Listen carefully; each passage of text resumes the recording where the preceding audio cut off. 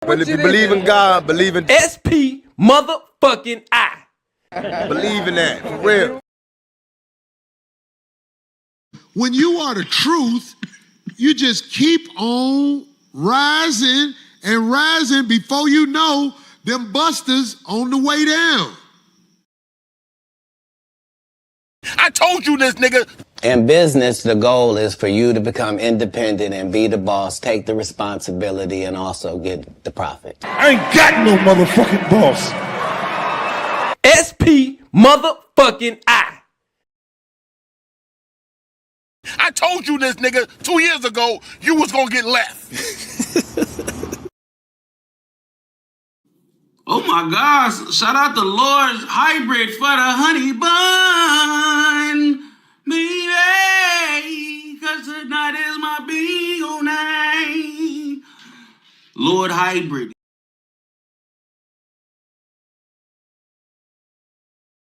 Lord Hybrid, my boy, man. Thank you, my boy Lord Hybrid. Everybody spam up some W's for my boy Lord Hybrid. Thank you, Lord Hybrid. Wait. Is this hybrid that used to have a YouTube channel from a while back? This Lord Hybrid. Oh, I know this nigga, man. I know. Shout out to you, bro. I used to listen to a lot of your shit, bro. I mean, I know you on that transactional shit, but some of the shit, I took a couple of your gems, though. A couple of your gems. Lord Hybrid, appreciate all of the impact that you got me to do. You got me to make content. Shout out to Lord Hybrid.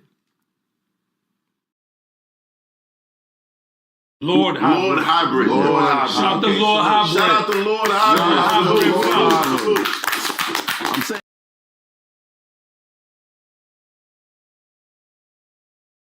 Lord Hybrid, I see you, sir. Salute.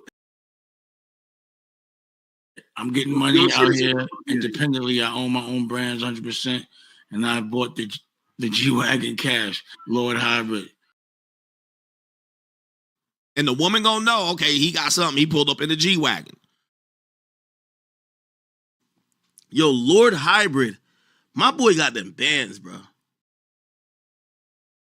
Nigga got money. I can smell a motherfucker with money.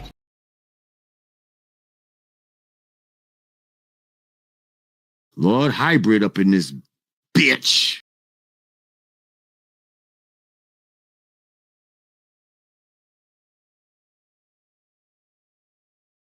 Lord Hybrid. Lord Hybrid, my brother. Peace to the God. And Lord Hybrid is in the building.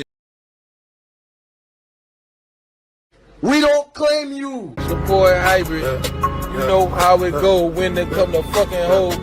You know how it go. If you ain't got no dough, you gon' fuck them ugly fat hoe, worn-out old ass hoes. You know how it go.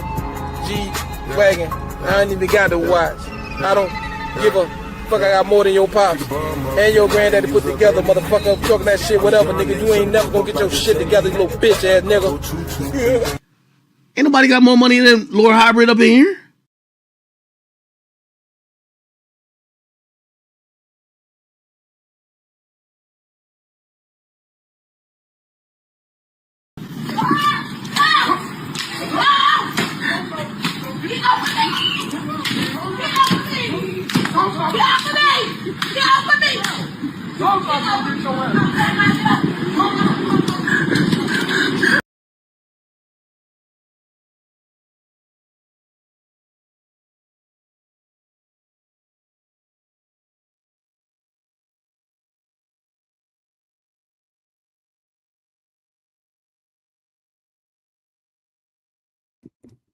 Yeah.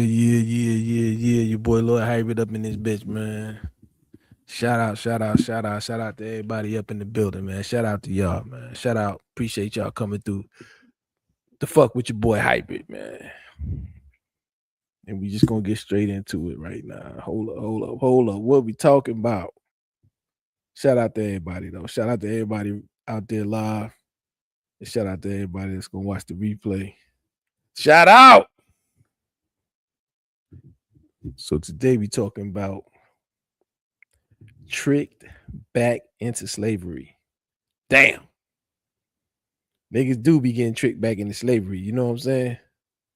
And getting free, it ain't that easy. You feel me? And there's a lot of different forms of slavery.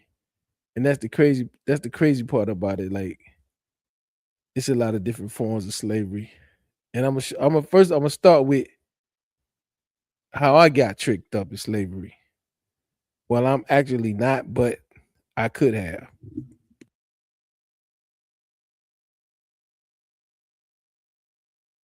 Fellas, I've actually been thinking about selling my G-Wagon.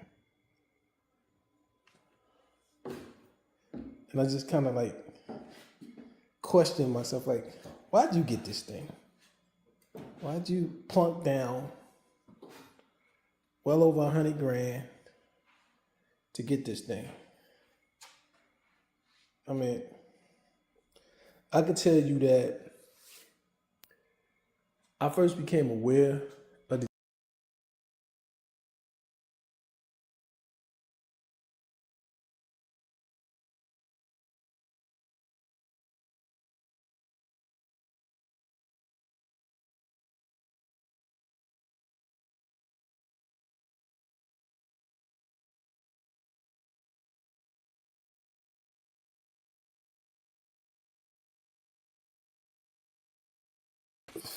Fellas, I've actually been thinking about selling my G-Wagon.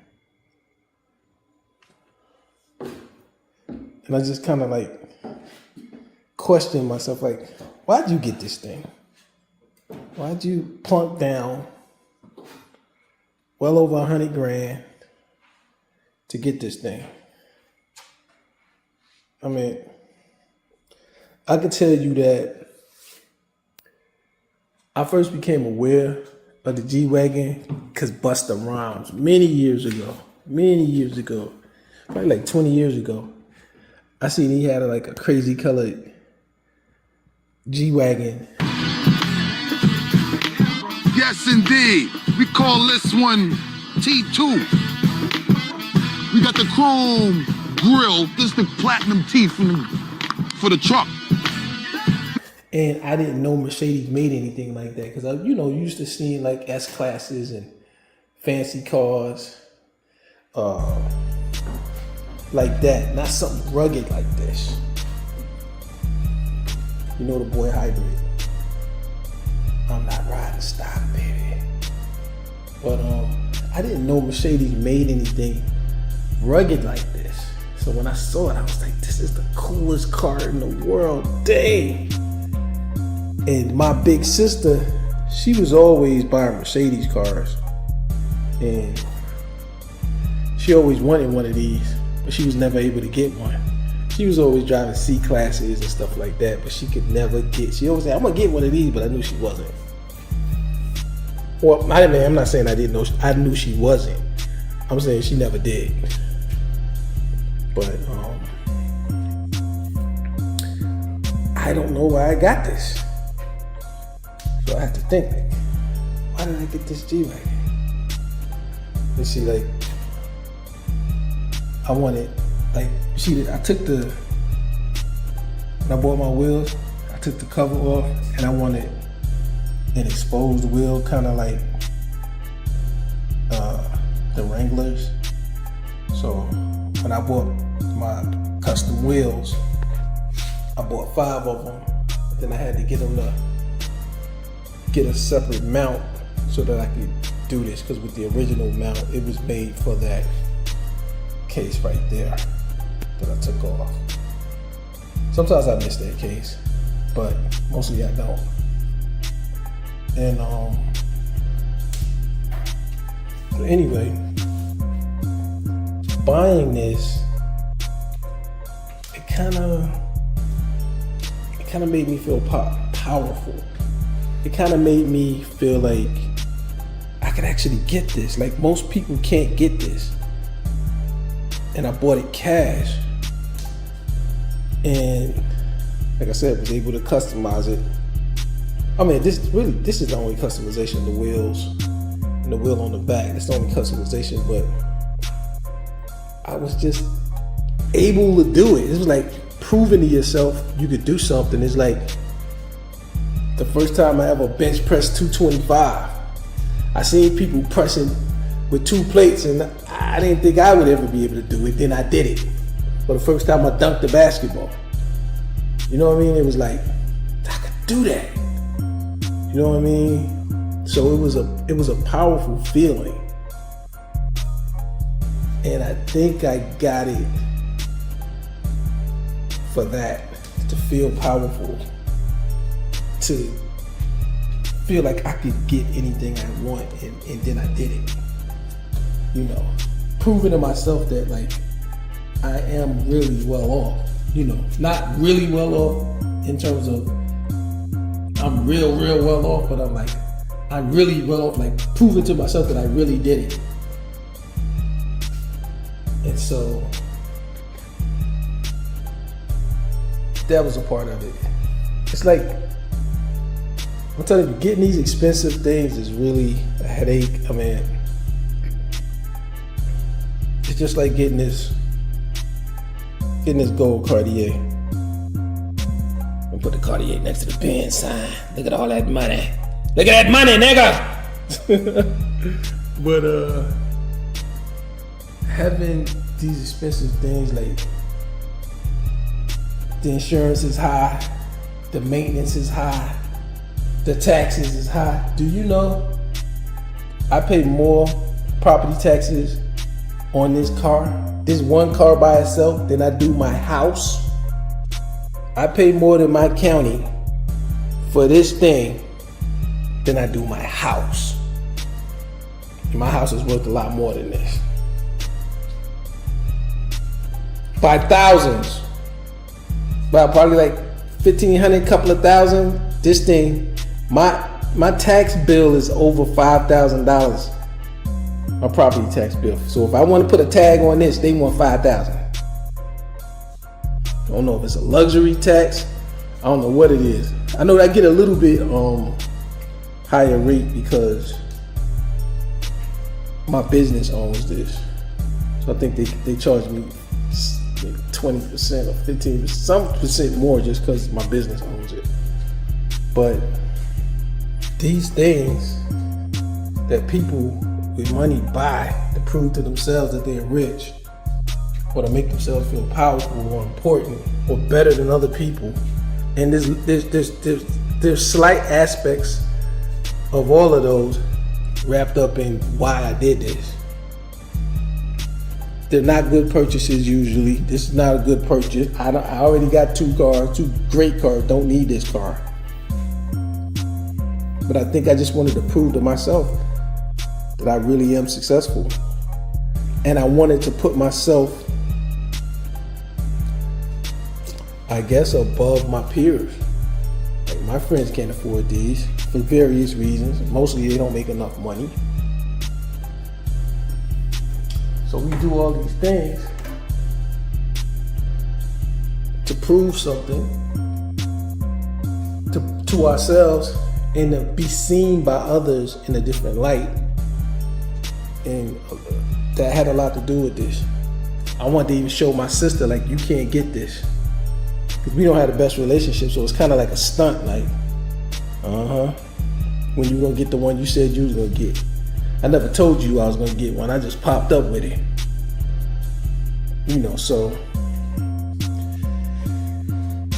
the things we do, things like this help you understand yourself a little better. And help you understand how stupid you are sometimes. Because sometimes I'm a dummy. And this was a dumb purchase. And I'm seriously thinking about selling it. Because I was in there just looking at the values on this, and I could still get a nice pretty penny for this thing. Well over 6 figures. Well into the 120, 130. I think I could get probably about 130, 135, maybe 140 for this thing. It's still low mileage. Still pretty recent, you know, it's a 23. So, really thinking about selling this thing. It's just running through my head. But really, I don't need the money. It's not like I'm in a financial crunch or anything where I need to get rid of it. Sometimes it does bring me more attention than I really want. It is quote unquote kind of like a supercar. But will I sell it? Usually when I make purchases, I don't like to return what I purchase. And for me, I don't think I'll get rid of it. I'm keeping it. I'm keeping it. I just need, I think I just need better. I need more garage space. I need a bigger house. I need a bigger house. I need like a 3-car garage, a 4-car garage. I think I'm gonna keep this. Cause I don't even like driving it that much and I don't drive it very much. But I bought it for a reason. And like I said, I don't know all of the reasons why I bought it. But maybe the longer I keep it, maybe eventually I'll figure out why I bought it. But these things are stupid. And once it's just like, I really wanted a Rolex, but they put me on a waiting list forever and it never happened. So I just got this for my birthday present. And I'm still gonna get a Rolex. I don't need one. I don't need to waste $40,000, $50,000 on a gold Rolex, but I'm gonna do it. I'm gonna get a brand new one just because I wanna do that and prove that to myself. I can't even think of no other big ticket items I want other than other, homes. But fuck it. I'm keeping this G-Wagon, this big money trap. Is it worth it? I don't know. I really don't know. It hadn't brought me any benefits. It's not like I got bitches because of this. It didn't bring me nothing but expense. From the exterior, but from the interior, it gave me a sense of power. It made me set myself apart in a real way from my peers, which I wanted to do for my own egoistic purposes. So hell no. I ain't selling my G-Wagon. We gonna keep rolling. Nigga got money.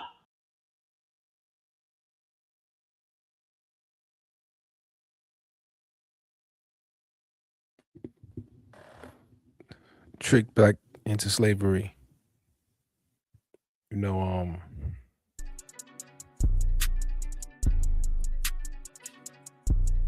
When I talked about tricked back into slavery, I was just seeing a lot of things that it's unfortunate, man, because the system is what actually tricked us. It tricked me. And I have been a slave. I was a slave. And I got tricked through the education thing, And it wasn't, the American dream, the promise that you go get a degree and then you make, they always say a person with a degree. This is what they said during my time when I was young. A person with a degree will make $1 million more over a lifetime than a person with just a diploma. So you think, okay, well, I'm going to make more money and have a better quality of life if I go to college. But they don't even mention the debt and how that's going to affect it. So they walk you into a debt trap. And now you're enslaved to a bank. And you can't get out that debt because the government backs the debt. So the bank gets the profit, but if you don't pay, the government got to pay the bank, and now the government you on the hook on the government, and the government ain't never gonna forget. They're gonna garnish your wages, they're gonna take your tax returns. So they walking you into a debt trap and tricking you into slavery. Everything they tell you to want for, they give you a debt in order to obtain what they tell you you're supposed to want for and have. So you're supposed to be striving to get a house, right? So you get the house, well, it comes with a mortgage. So that debt's 30 years. Who knows how long the debt for the college is? You know what I'm saying? So everything is walking you into slavery. Everything is walking you into debt, and I walked right in. I've had car notes while in college. So while I was in college, accumulating debt for a piece of paper called a degree, I was also assuming another debt to get a car. So I was building one debt while I was actively having to get a debt for a car. I was building the educational debt, the student debt, while I was actually putting myself into a different debt, which was the car. I'm tricked. I don't know that debt is slavery. I'm not focused on the back end, the debt, the slavery. I'm focused on the front end, the degree, the car. Ooh, I'm driving a car now. That's all I'm thinking about. So I was tricked. As soon as I got to college, the whole time the government educated me in high school, they didn't teach me nothing about credit. I didn't understand credit. I didn't understand how credit scores work. I didn't understand how credit cards work. But as soon as I got to my state-sponsored school to get an education, there were some people at a table offering me credit cards, which I accepted. More debt. You see what I'm saying? So they trick you into slavery. They trick you into debt slavery. And I got tricked.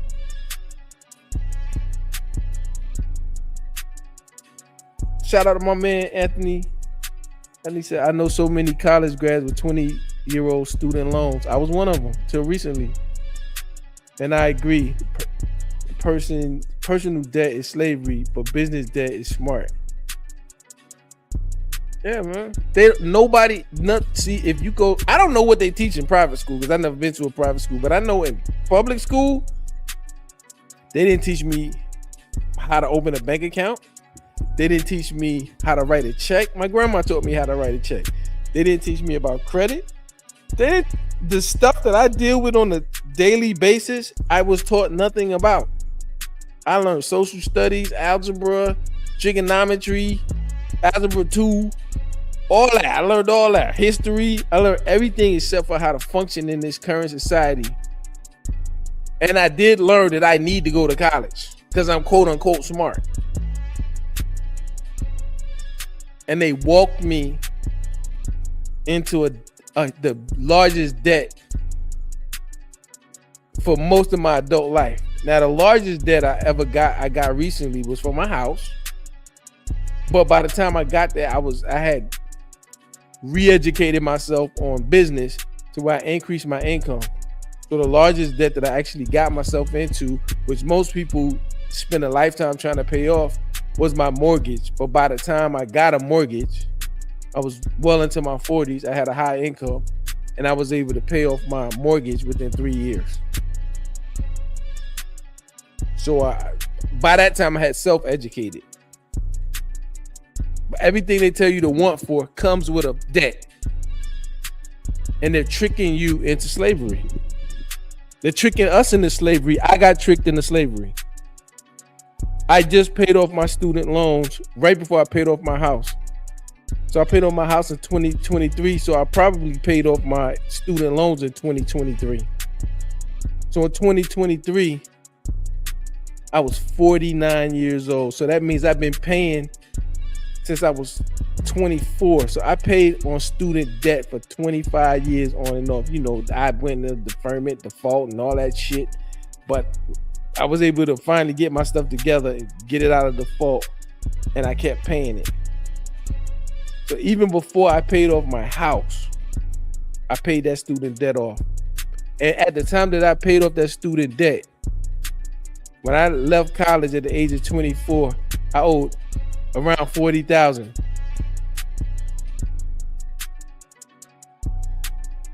And at the age of 49 years old, I owed $40,000. Tell me that ain't slavery. That's if most people ain't gonna have $40,000 laying around to write a check to clear the debt. So they don't teach us anything. That's why I'm talking about a new path to success, because the path that they gave us, that's not the path. That's not the path. You know what I mean?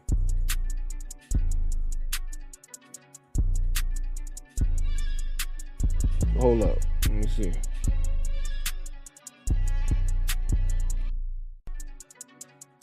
Everything they're telling us ain't true.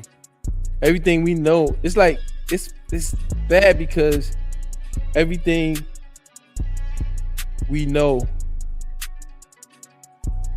ain't true. And I look at like what I was talking about, my G-Wagon. We're gonna let the champ tell you about it.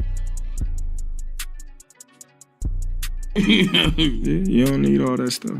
You know what I mean? Once you realize that stuff don't mean nothing to you, it's just an expense, you be like, man, what I need this stuff for? What facts? You know, all they're doing is drawing unnecessary attention. Facts.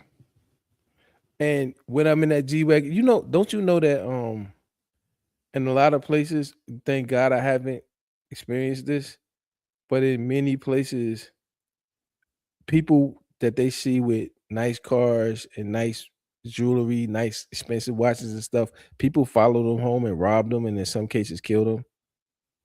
So when he's talking about unnecessary attention, that's real. And I know when I drive my G-Wagon, which is why I don't drive it much, it's just eyes, looking. People are amazed. Nothing to you is just an expense. You be like, man.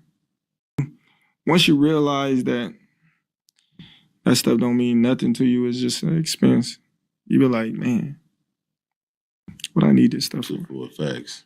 You know, all they're doing is drawing unnecessary attention. You know, you got all these chains on, you walking around, now you gotta, you know. Shut the fuck up, You yeah. gotta be on a defensive. Yeah, he ain't talking about me. Shut the fuck He up.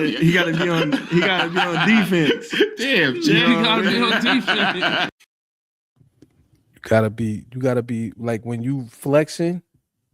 I flex sometimes. You really can't even enjoy it. The smart rich people don't flex. The dummies like me flex. So I flex my G-Wagon, I flex my watch, I flex my jewelry. I do flex. I don't even know why I'm flexing anymore, but I still enjoy flexing, but I have to be on defense when I flex because somebody will do something for me because, you know, I'm riding around in 150,000. I got 45,000 on my wrist. I don't know how many thousands, depending on the price of gold, around my neck. I'm flexing, but I'm drawing unnecessary attention, like the champ said, and I'm putting myself at risk. Why? And the real slaves are the people who look at people like me and other wealthy people and who go into debt to get the things to flex that they can't even afford. They're the true slaves. So we're voluntarily going back into slavery. Shout out to my man Daniel Bell. I see you out there, bro.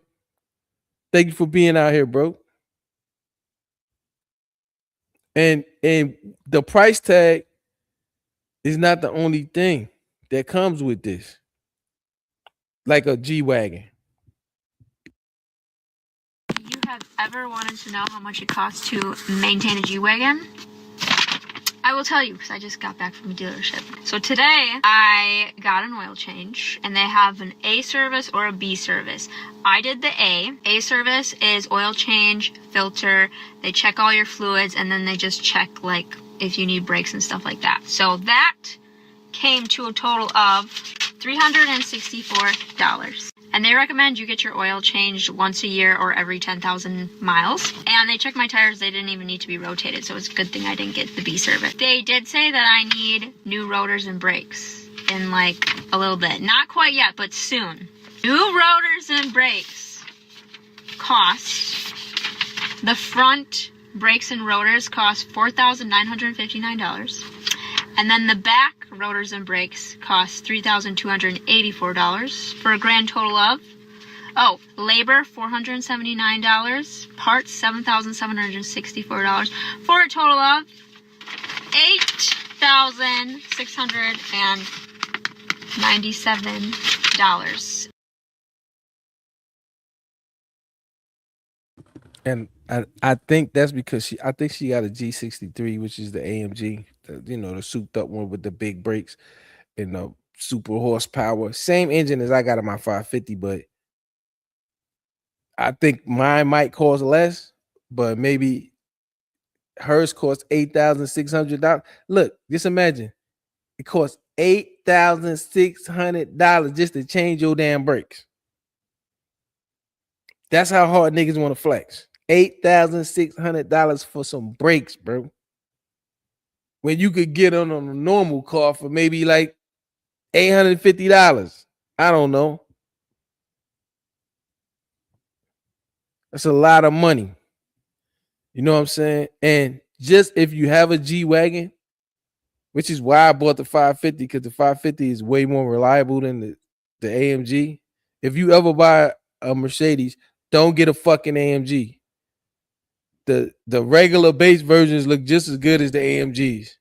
The AMG just got more expensive brakes, more highly tuned engine that's gonna break more and cost you more to fix. And everything costs more AMG. If you get the non-AMG, the base models, they're more reliable. And the only thing you don't get is a little bit more horsepower and speed. So cars financed by debt is another way that we voluntarily put ourselves in slavery. And 31 cents for brakes and rotors. This is my first G-Wagon, so I don't really know how often the brakes and rotors need to be replaced, but they said around the mileage that I'm at is generally when they get replaced. So that's that. And then I'm pretty sure my Lambo is going to need rotors and brakes soon. So yeah, I'm going to show you. I don't know if y'all going to be able to see this that good, but this was my last service on my G-Wagon. And I just got an oil change. Can y'all see this?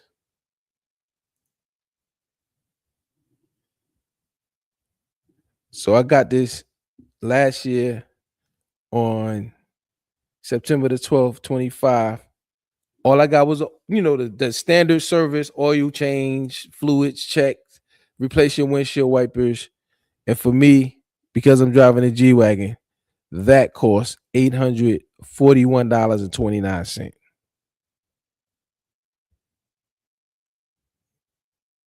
You see what I'm saying? So I wouldn't necessarily say I'm a slave to that, even though I am a slave to that because I have to pay that. But because I'm comfortably able to afford it, it's different.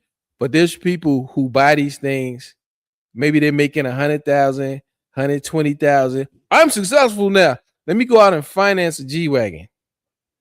So they got to still pay that note and they got to pay this level of maintenance. You're volunteering for slavery if you're stupid enough to do that. If you're stupid enough to do that, you're being tricked back into slavery. Shout out my boy Spark. I see you out there, bro. Big up. Big up, fam. Glad you out here. Yeah, so it's so many different ways. I was thinking about it, man. It's so many different ways that we're being tricked into stunting and financing.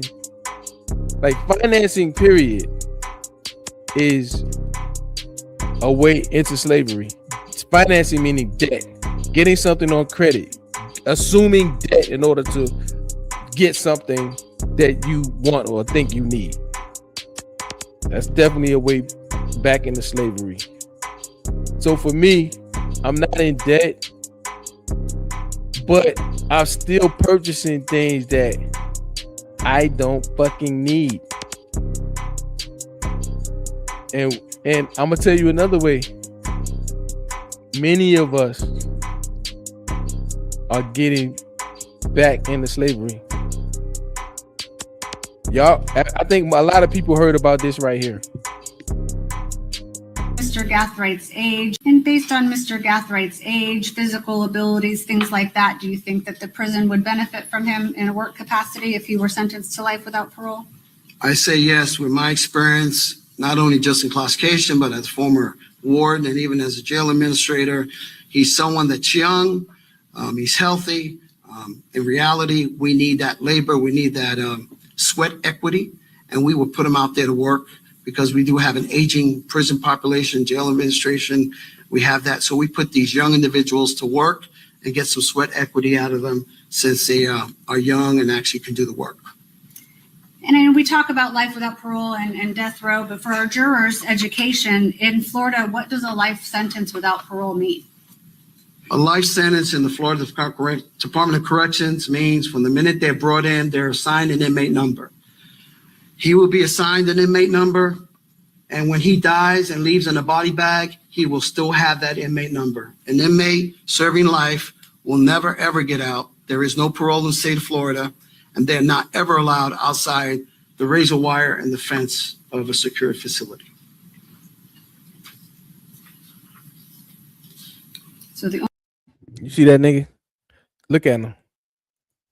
When that white man said he ain't never allowed, look at him. He was a free man. He was free.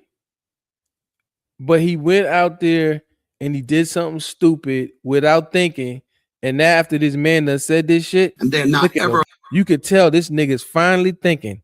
His little peanut size, half a walnut sized brain finally started working after he's been convicted of capital murder and he's been sentenced, and his only options is death or life without parole with permanent free labor to the state of Florida. He finally started fucking thinking. Look at this nigga. Look at him. Allowed outside the razor wire and the fence of a secured facility. So the only way that an inmate serving life without parole would leave is when they die. Now he's fucking thinking. And we talk about debt slavery, but the only constitutional slavery is imprisonment, which is in the United States Constitution. Like, slavery is abolished unless your ass go to jail and get convicted of a felony. Then you're a fucking official. Like, even if you get yourself into debt, you can just not pay it. They can't lock you up. They can't throw you in jail for not paying debt. But when you become a criminal, your motherfucking ass can legally become a slave. So now they're in a government judicial institution talking about your life slavery. Your fucking life slavery, nigga. And that's what that little light-skinned nigga got tricked into. And the tricking is what we don't really address. And in the black community, there's no leadership. The last true black leader we had is a 92-year-old man named Louis Farrakhan. But he's so old he can't really. He did his job. Can't really lead the way. He's 92. So who do we look to as the black community quote unquote. Well, obviously, these young people is looking to social media. So the social media is doing the tricking. I know we used to tricking. We be talking about tricking. We be talking about spending money on women. I'm talking about the actual tricking, the true meaning of the word, the misleading of the minds. The misleading of the minds. These dudes was on social media beefing. Young Lil Durk or whatever the fuck, Young Durk, Lil Durk, he's gonna get life in prison. He was tricked by the media and by the social media. These dudes are being tricked into slavery. They're gonna be slaves. That young light-skinned brother's gonna be a goddamn slave till he die.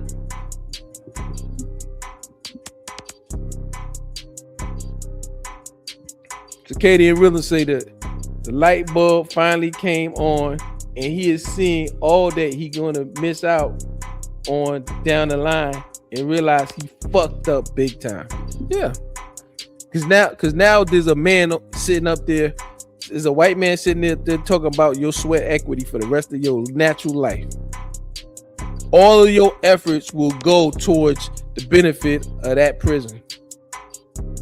You will never be free again. The only freedom you can hope for is death. Shout out my man UFO Kamikaze, man. Appreciate you, bro. Producer for real. Salute. I see you out there, bro. So it's so many different ways we're being tricked back onto the plantation. That don't even include marriage, because that's another form of slavery too. But at least you can get out of it. But it can be costly. And not to say that I'm anti-marriage, because I wish marriage was what it used to be. I wish marriage was what my dad has now with my stepmom. Whereas they both approaching 80 and definitely will do them part. And they definitely are there for each other. What they got is beautiful. Trick back into slavery, bro. Trick back into slavery, bro. So you see that that brother right there? See that white man standing behind him? He's the bank. He represents the bank and he represents the prison system. And that nigga hanging from the tree that represents your black ass or even your white ass. Don't matter what color your ass is. Because they want everybody tricked into slavery now. And it's so many different forms of slavery that's waiting on us. And like I said, I freed myself from slavery, bro. I freed myself from the labor slavery. I freed myself from debt slavery. There's certain slaveries, I mean, I guess I can't never be free from paying the government taxes. I mean, I gotta give them 20% of my profits. You know, for something they didn't earn. I got to do that, but yeah, bro. We lost out here, bro. We lost.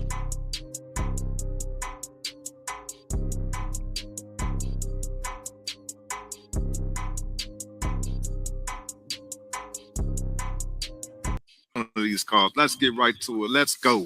I don't even know where to begin with this. On another note, I need front back brakes and rotors, right? My vehicle costs, hold up, wait, I don't really think I'm joking. That's crazy. $14,000. Right? Ain't no way, son. Ain't no way. That's outrageous. Should I be laughing today? Should I be crying today?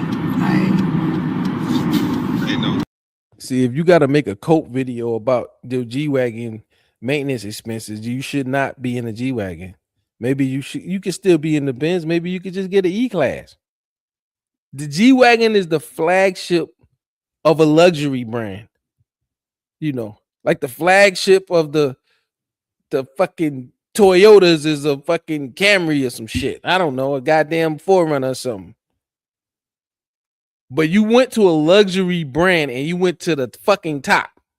And now you're complaining about the expense that it costs to maintain the flagship of a luxury. I mean, probably the most iconic luxury brand in the world. And you up here crying to the internet about you got to get brakes. And my sister being used to be, back in the day, like 20 years ago, she used to be in a fucking C class talking about she can't afford to buy tires. She riding around on bald headed tires. And I was riding around in a goddamn Sentra with bad brakes. And she wanted me to take what I was trying to save up because I wanted to buy my car cash. So I had saved up. It took me like a year and a half to save up $5,000. And I was trying to save up enough to buy a hoopty cash 20 something years ago. And she come in here, buy me some tires. I'm like, yo, you knocking my shit, but you knocking my progress down. This car's about to die. You got a fly car that you can't afford to put tires on. And I'm trying to save up to get a new car with no payment. And I fucked around like a dumbass and bought her some goddamn tires on her goddamn C class. I don't know really what I should be doing right now. I mean, I just got to take a deep breath. Write that check, baby girl. See what I'm saying, bro? That's why I would never own a G-Wagon. I don't even see the fascination of those trucks, to be honest. I think a lot of people get them just for status symbols because they don't seem to be that, they don't look that good to me. I think they probably ride really well. I heard that they ride really well, but I ain't no way, Slim. $15,000 for some brakes, that's crazy. So I just picked my car up from Range Rover. Here we go. It was getting its like annual maintenance and then a few other little things that, you know, needed some repairs or be replaced. And I paid a high ticket price for those replacements and repairs. Absolutely. Okay? I went in here thinking it was going to be something small. And I left up out of this joint paying $2,400. Yep. So all I'm going to say is, if you're thinking about buying a luxury car or a Range Rover specifically, please understand that there is high ticket price maintenance associated with these vehicles. So, yes, they're beautiful, but yes, they cost a lot.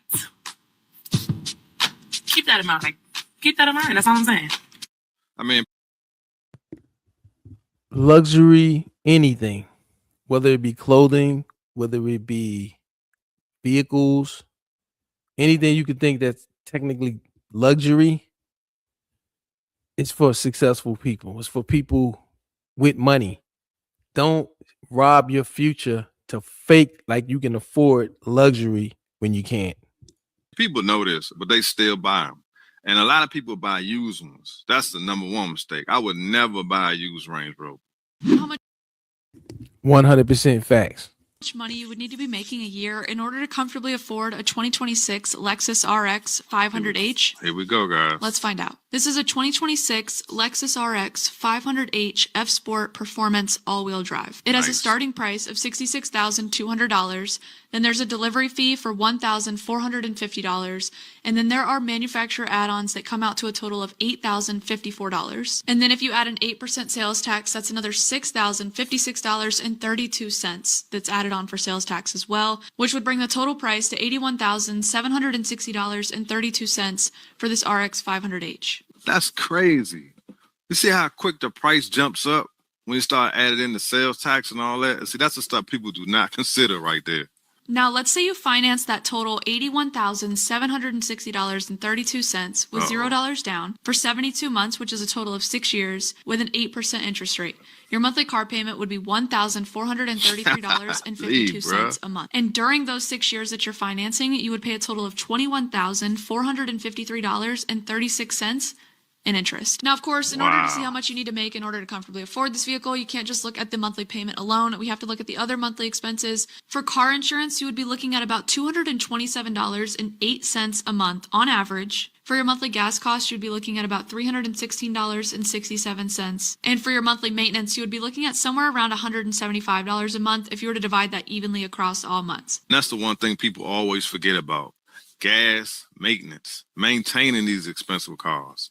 It's easy to get them sometimes. Like they have deals going on where they get you financed, but can you maintain these cars? That's why a lot of people lease luxury cars. Keep in mind, this is just an average and will fluctuate based on your personal circumstances. Now, if you were to add all those monthly expenses together, your car payment, your insurance, your gas, and your maintenance, you'd be looking at a total of $2,152.27 a month on average. Now, if you wanted to keep that at a comfortable 15% of your average annual income, then that means that you would need to be making $172,181.87 annually in order to comfortably afford this Lexus RX. Now, just to put that in perspective for you, let's say you paid those same monthly expenses every single month for the entire 72 months that you're financing, then over the course of those 6 years, you would pay a total of $154,963.68 total for this 2026 Lexus RX 500H F Sport Performance All-Wheel Drive. And that's the reason why a lot of people lease these cars. You can get a cheap monthly payment and you don't have to worry about paying for it for 6 years, 7 years. You see how much it costs? Over $150-something thousand. That is crazy. Ain't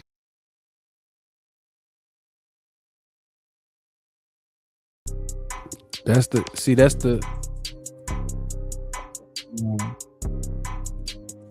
one of the big tricks that many of us fall for. To it's not like you lose your freedom type of slavery, but if you gotta work hard and you can't stack your paper because you made a bad financial choice that was unnecessary,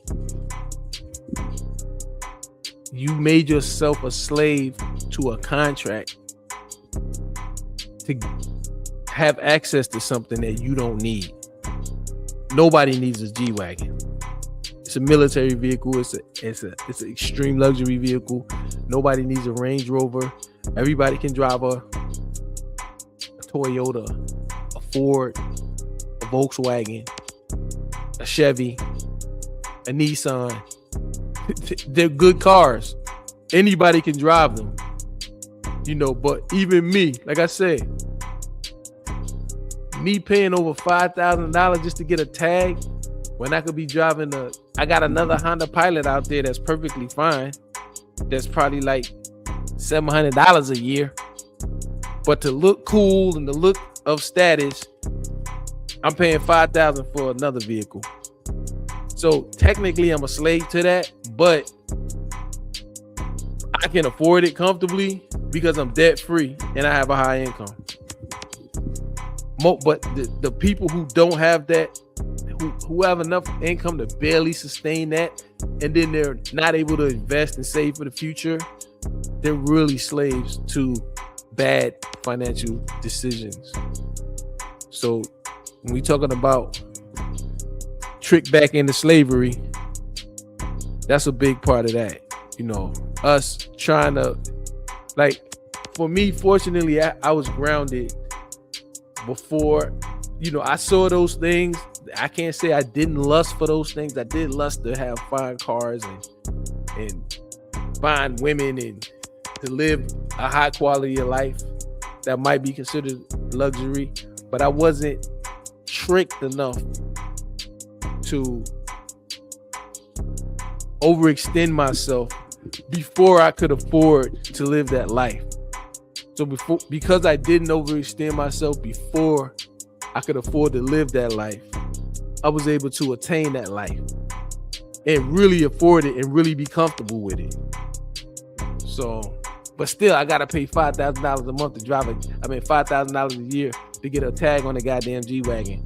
And I don't want to pay that. I think that's ridiculous. I would say, damn, $3,000? $3,000? $5,000 y'all want? Am I burning up the road more than another car just because I'm in a G-Wagon? So I did that to myself. And that's the thing. When you buy that car, you don't really know what you're gonna pay in taxes until you get it. Then they send you the tax bill. Yeah, are you fucking serious? I gotta pay you this just because I'm driving that? Yeah, it's something. Yeah, I really don't like giving them that much money for that car. I really don't like it. Let's see. You still talking about this slavery?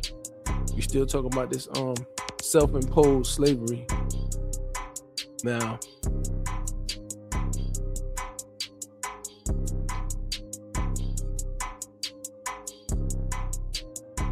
this is a different issue that's specifically for our sisters, man, and it's unfortunate. And I used to get pleasure from seeing our sisters suffer, our black sisters, but I don't get that pleasure anymore.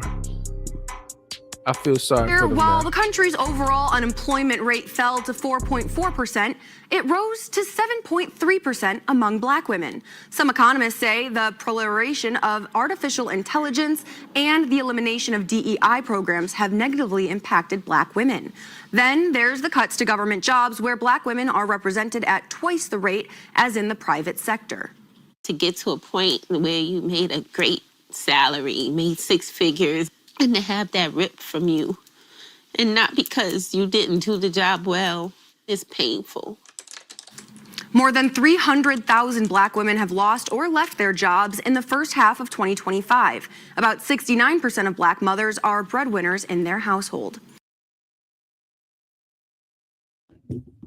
Yeah, I feel like even I got tricked with this one because it was like I had so much red pill rage.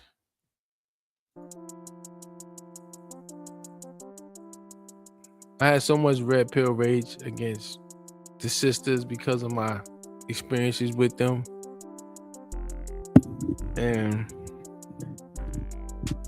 I know like a lot of black women work in the government, and the federal government in particular, and they're getting good salaries, and they'll sit in there their whole career, never have no ambition.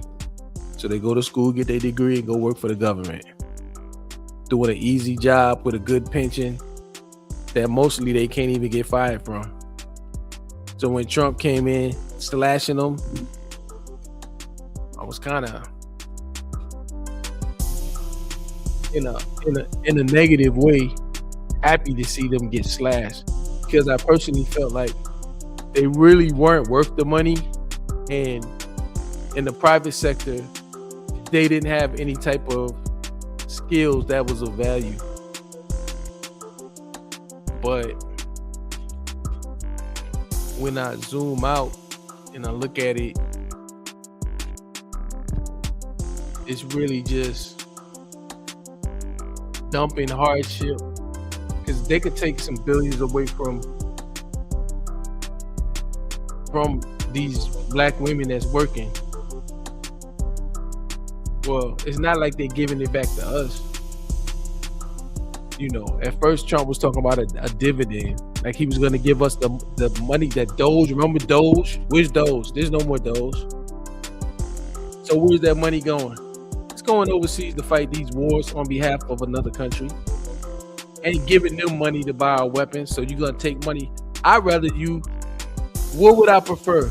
Them give Israel money or give it to American black women for working jobs in the government? I'd rather give it to the sisters. If I had the sisters take that money and gave it to the Israelis to kill the Palestinians, I got tricked. Because I was supportive. Yeah, fire those bitches, Trump. Get rid of them. But I didn't think that next step. What you gonna do with that money? So that's tens of billions of dollars stripped out the black community, and not just the black community, stripped from American people. Because the government, those cuts, yeah, they stripped a lot of black women. They probably was proportionately the most negatively impacted by that. But it wasn't just them. It was Americans. White women, black men, black women, just Americans. So would I rather my tax dollar go to American people that's working a job, or would I rather it go to a foreign country that's bombing and killing people? I got tricked. And the sisters got tricked back into slavery because they abandoned the black man. Black women don't respect the black man. The black women don't see the black man as the authority in her life. The black woman, especially once the white man gave her access to education, she said, I don't need you, nigga. You ain't nothing but a worker for the white man like me, so what I need with you?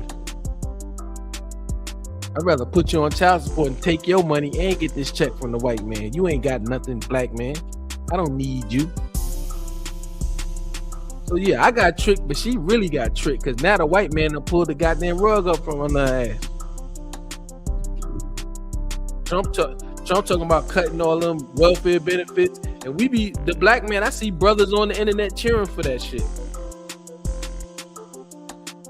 We cheered for it. I cheered for it, and I feel fucked up that I cheered for it because all they doing is taking money from us and giving it to other people who's doing nothing. Hey, at least the black woman, I mean, yeah, she might be buying some nails and some lashes and some motherfucking weave and shit like that with it, but she paying her rent, or maybe she's buying a house and she's paying for her kids. At least it's something for us as blacks and as Americans. But now you're gonna take the benefits away from them. Yeah, they need to be having they lazy asses out there getting a motherfucking job and working and shit. Hell yeah, they need to be doing that. But I'd rather pay for them than pay for goddamn Israel or whoever else, goddamn Zelensky and them niggas in Ukraine. So we getting putting our ass 3 different ways. Because now you done tricked that black woman into thinking she don't need us, or she needs a degree. To get the degree, you tricked her to go to the bank to get a debt. Now she got the debt and the degree and a bullshit ass job, and you done took the job, so now she got us the debt. Now she broke. Now the community of America, as well as the black community in particular, is less wealthy because we got tricked again. We got double tricked. I got tricked with the same trick. I just found a new path to success because I realized when I got on their path, get the degree, get the corporate job, then get the house and the car. And I seen, I was like, man, I'm gonna be working for these niggas till I'm goddamn 75. I'll be 75 when I pay off that house, and I'll be constantly getting into debt to get another car. Look, my pops is 70, late 70s. He's paying a mortgage. He's paying a mortgage, and he still got a nice little chunk left on that mortgage. Good little chunk. Yeah, he's paying the mortgage.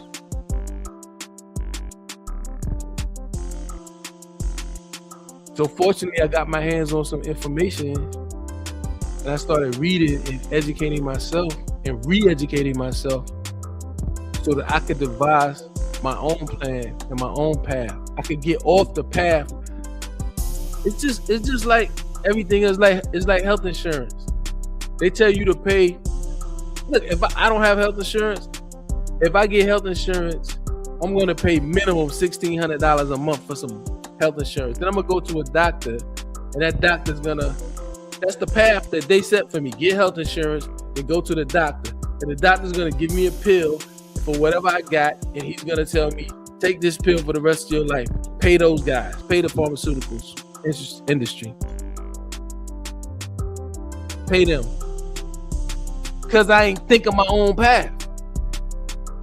And we've been sent down so many paths that's enslaving us that we don't even realize everything leads us to slavery.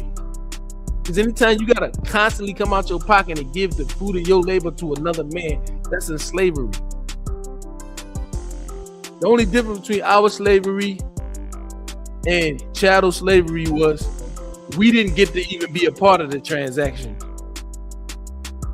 In the old chattel slavery, they stole the fruit of our labor. They directly stole our labor. So we didn't even get to get our hands on the fruit. The white man, he took all them crops. He sold them crops. He took the profits. He bought a couple of little scraps and a couple of little huts to keep you living till you die. But now, at least you see the money come to you, but you see it go out too. So that's the new form of slavery.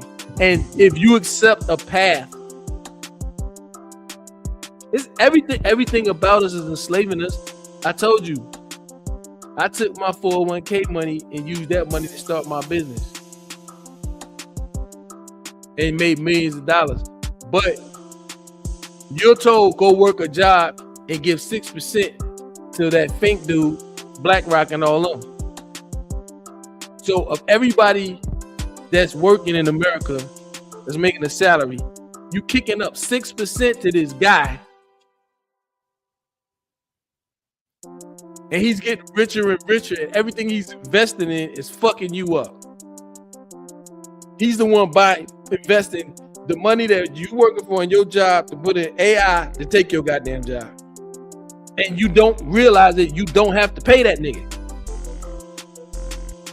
You can take your same 6% or 10% and stash it somewhere, put it in some stocks or buy gold or do something, and then devise a business and invest in your own business, and you own 100% of the shares. That's all I did. I got off their goddamn path that they put me to slavery. Whenever you submit to their path, you're submitting to slavery, and you don't know that. I got off their path. There's a new path to success. And your new path to success, you gotta make yourself intelligent and educated enough outside of a fucking stupid school system. You gotta self-educate so you can become smart enough to create a path for yourself. All you need to know is anything they tell you is for you to become enslaved to them. That's all you need to know. Don't listen to them. But also, you too dumb to find a path for yourself, so start educating yourself. Because even if you get their education, you're too fucking stupid to find a path for yourself. So educate yourself, then create a path for you. And it's gonna take longer. And there's no certainties in it.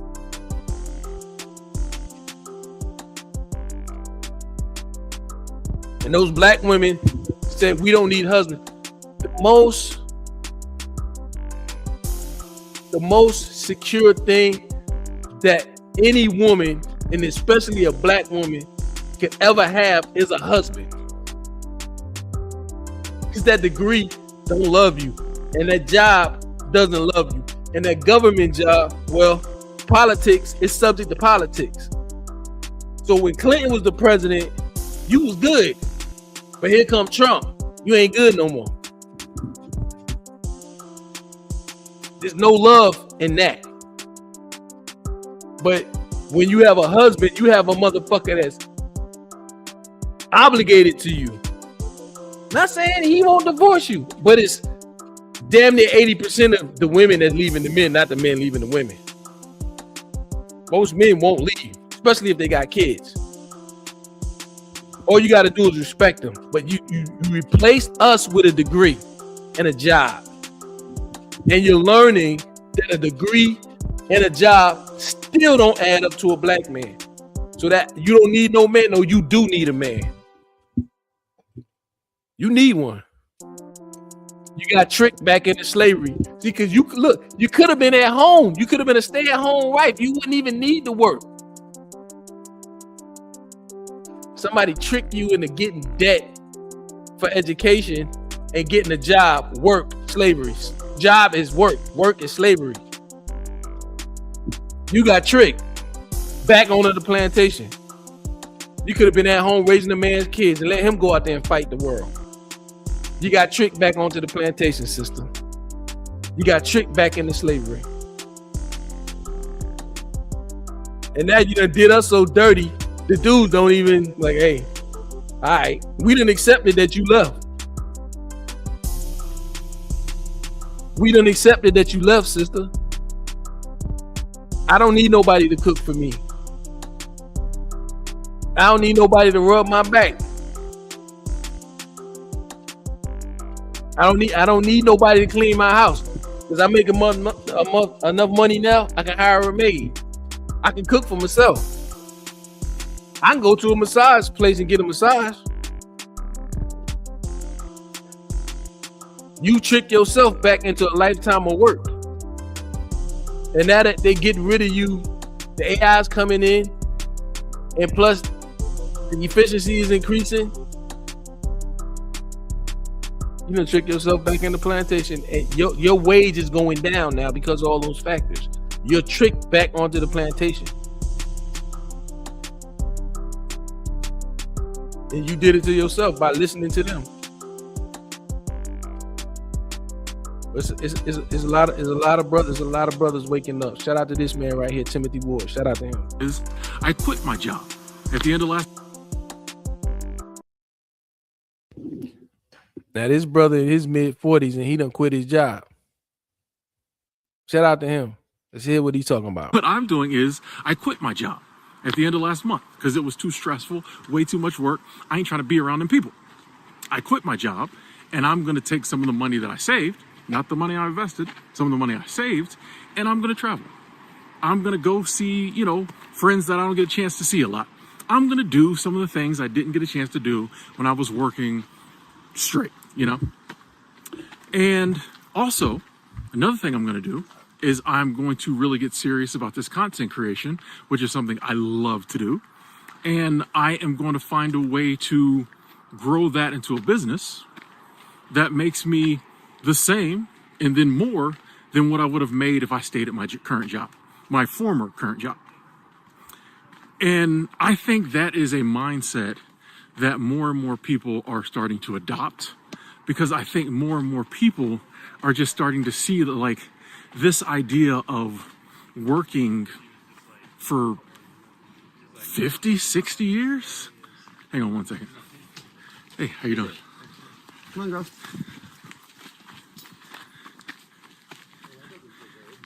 I think more and more people are starting to see that this idea of starting working in your 20s and then working all the way to your 60s or 70s, and hopefully in that time between, you make the right financial decisions and there's no like economic collapse or anything like that. If you do that, if you give away the best years of your life to work, and you can find, companies and corporations that'll keep you employed that long, if you do it all right, if everything goes right, if you keep your health, if everything goes right, then from like 70, then you'll retire with enough money so that like from 67 to maybe like 87, you can have fun. And it's they came up with that system, I think, in a world where that 60 years of working, it was very easy, or it was possible to own a nice home, to have a couple cars, to send your kids to college. One person working. And then eventually it became two people, but like still, it was possible in that framework to, once again, I don't want to say easily, because I don't want to take away from the hard work people did, but it was possible to have like a really cool life, and then also they had these things back then called pensions. So like when you did retire, the company took care of you. So you didn't have to worry about investing correctly, right? That's a totally different world from now. Now you got people working two jobs, and they're still struggling. My pops got a pension from his job. I said my pops is in his late 70s. He retired in his mid 50s. He got a full pension. He getting Social Security. His wife got a full pension. She getting Social Security. And for most people past the boomer generation, unless you work for the federal government, you don't have a pension. Most people don't have pensions anymore. You got a 401k, so you just floating up and down with the market. So yeah, it's real out here.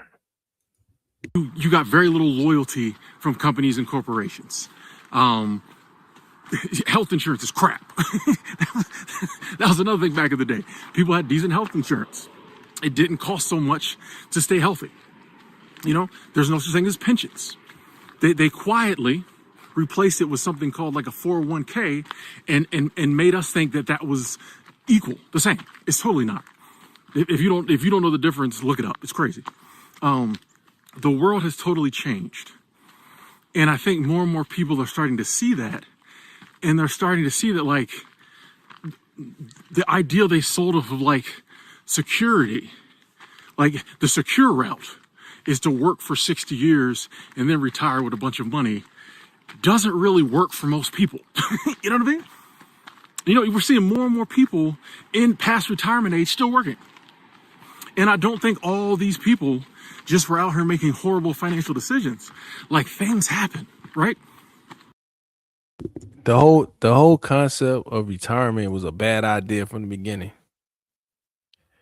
And most people, if they do retire, like, it's gonna be a struggle to be retired, because whatever benefit you're gonna get from retirement is not gonna be very generous. And so really, I don't see retirement as a option for me, or as even at my income level, I don't see it as an option or a realistic goal or even a desire. Because it's like my dad, he don't do nothing.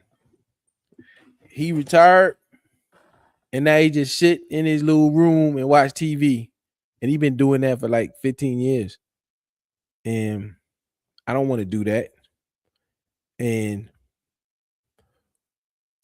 I mean, at the same time, I can understand if I was working a job I hate, I probably would prefer that to working a job I hate. But being that, you know, I'm empowered, I have my own companies, and I'm able to do things that I enjoy doing to make my money and make lots of money, I don't want to retire. I want to keep doing what I'm doing and seeing how much more money I can make and keep my mind sharp and keep active. So the whole concept of retirement was more like for back in the day when labor was extremely taxing. And by the time you was 50, you was all bent over and worn out and beat up from the hard labor, you know, working in the factory, forging steel, dealing with heat and lifting up heavy shit and bending over. And, you know, like people that work in physically taxing industries that work their bodies should retire. But most of us don't do that.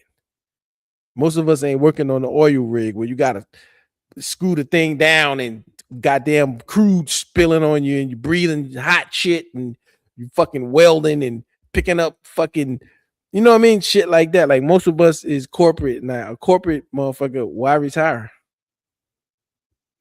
Don't make no sense. So it's kind of like marriage. Like we in the society right now where all of the things that were designed for a different time that don't make sense in the current time are crumbling. Retirement, crumbling. Marriage, crumbling. Unfortunately, even the nuclear family unit is crumbling because nobody wants to really be stuck to another person that closely. Like I do not want to live in the house with a woman. I don't want, and I don't want to be legally tied to her so that when it's time to move on, my assets and my future earnings and income is at risk. Those concepts have become obsolete. The concept of retirement has become obsolete. And I think more and more people are seeing it's almost not worth the risk, right? It's almost not worth the risk to follow the old guidelines as to retirement because it's just not working for anybody. The people it worked for are the ones retiring now. Okay? It's working for the people that are retiring now, and it's working for like people who make really, really, really good money. I think us average people, it's just not set up for us anymore. You know? And I personally, I'm like, why not take the next 5 years or so and really grind it out and try to create a business that I control, that gives me the freedom to do what I want, and also gives me the financial income that I need to live the life I want to live. Why not grind it out and create that? And yes, there probably will be tough times. And yes, there'll be discouraging times. But there'll also be awesome times. And ultimately, when I get to where my goal is, I'm good. You know what I mean? Like, I'm good, and I've created something that takes me totally out of that system where I have to figure out places to be at, and I have to kiss enough butt that they keep giving me promotions, you know, and I have to find a way to stay sane when I'm working around all these people that I would never hang out with any other time. You know, why not just take the risk and figure my own thing out and do what I have to do until it works out, as opposed to taking this other risk that I have far less control over, and it might not work out. You know?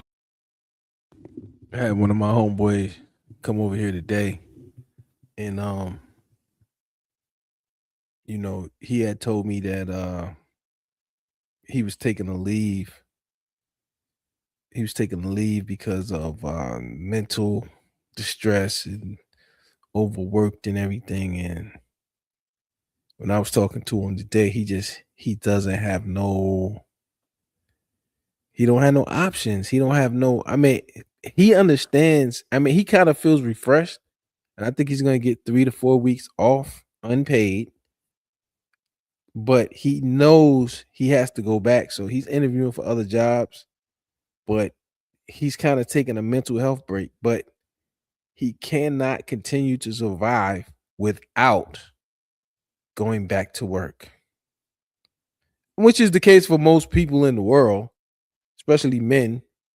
You know, there's a lot of women being taken care of by men, but for most men on earth, they need jobs to continue to buy food and survive and have roofs over their heads. And when I was just talking to him, I just seen a temporary relief. I don't know if he'll be able to get a job before his new job, but even if he gets another job a year, he been on his job 1 year, a year from now, he'll hate that job too. They tell you this retirement stuff as if it's guaranteed. They talk about the people who don't invest negatively. They never talk about the people who tried it that way and it just didn't work. And that's what I'm talking about when it comes to the 401k. See, because those people up there, those financial banker people,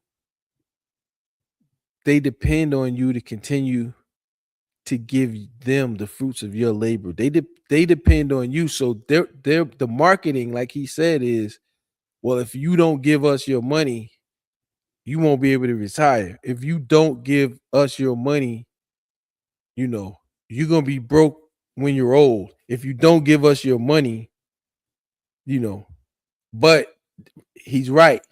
They don't tell you about the dudes that do give them their money for the 401k, and then they retire, and now they've been retired for 15 years and they done exhausted all of those funds, and now it's gone. The money's gone, but the life's still living. They don't tell you those stories. They just tell you, you know, start early, give us your money, keep giving us your money, give us your money, 6%.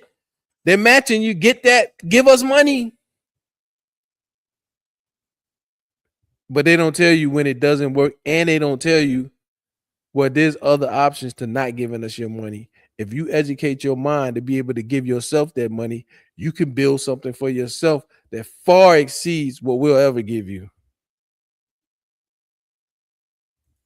And that's not to say it can't work for you, because I don't want to be like crazy biased, but I'm just saying, when I look at the way the world is today, especially with like AI coming in, and we don't know what's going to happen with AI, it might make the world better, might make it worse.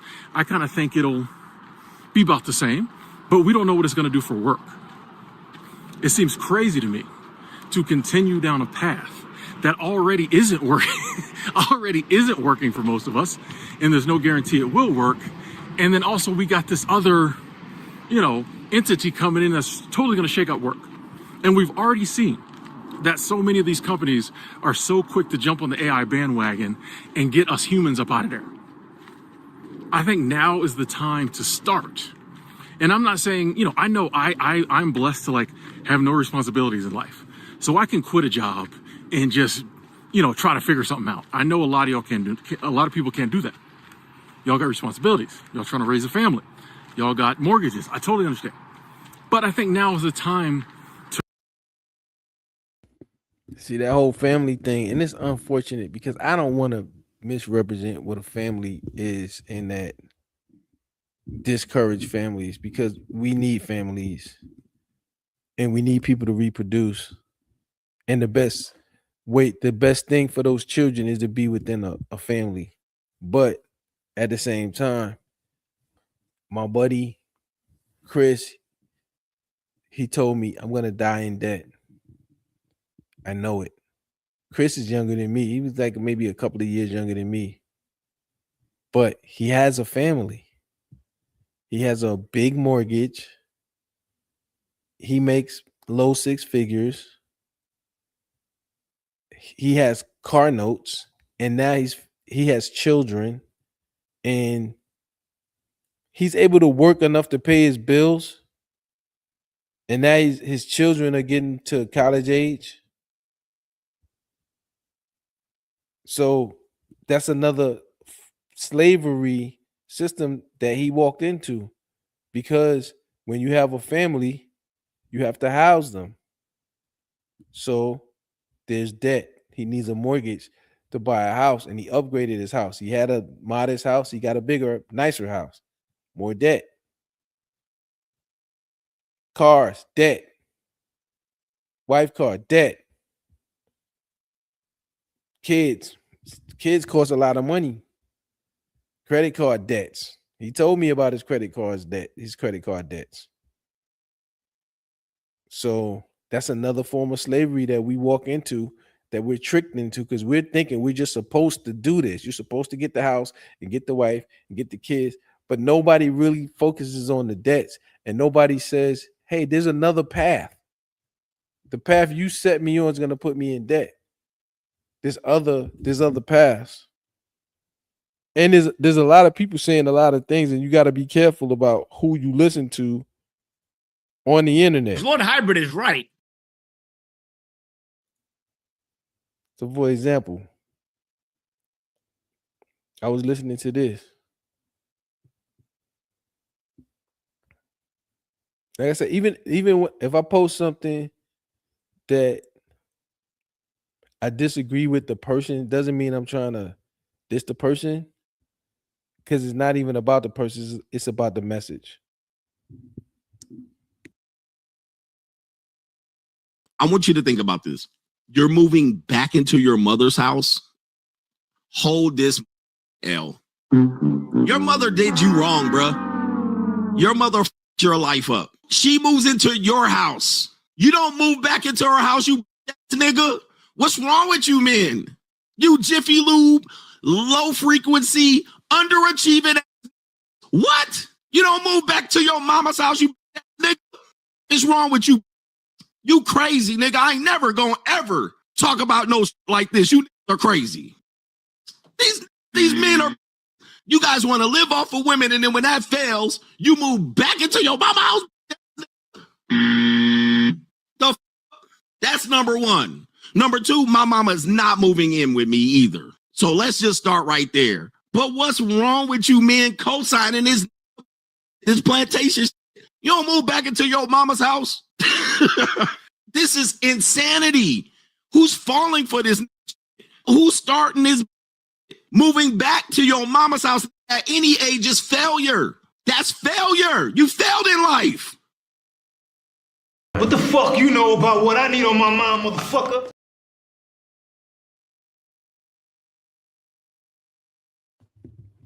So he's saying moving back into your mom's house is a failure. And I know a lot of people, not just him, that agree with that. But I don't agree with that. That's what I'm saying. Everybody says, at 18, go to college. Then once you get out of college, get a job. Then when you get a job, get an apartment. But if you look at the money flows from a realistic basis, the money flow is what I'm looking at. So when I was ready to start my business, I moved back in with my grandma because I needed to stop my outflows. Because without my outflows, then I wasn't so dependent on that job because my business, it was making money, but it was making a small amount of money. So by me moving in with my grandma, who's basically my mom, by me moving in with her for a couple of years, I reduced my outflows. See, when you're not for the most part, most people, especially younger people, most people, if you're not living with somebody, a huge portion of your money outflow is going to somebody else. Either a bank, you're paying a mortgage, or rent. But basically, you're paying a mortgage and profit to a landlord. Because if you're paying rent, you're paying a mortgage plus a little bit of profit. Because if there's no profit, there's no reason for him to be a landlord. There has to be profit. So renting is bad, and then you're paying more to rent, and you'll never get equity, and there's no path to you ever owning that. So for me, going back in and moving with my quote unquote mama was what got me the millionaire status. Now, Coach may not agree with that. He didn't do that. He moved in his car after his divorce. He's like, I just live in my car. I couldn't run my business out of my car. He was a personal trainer, so he could run his business out of his car, just go to the gym and wash his ass and then meet clients. And, he did what he had to do. And I'm not saying what he thinks or his approach is wrong. I'm not saying it's wrong. I'm saying new path to success means you devise your path to success. Even if part of your path takes you back into your mom's house. Now, think about it like this.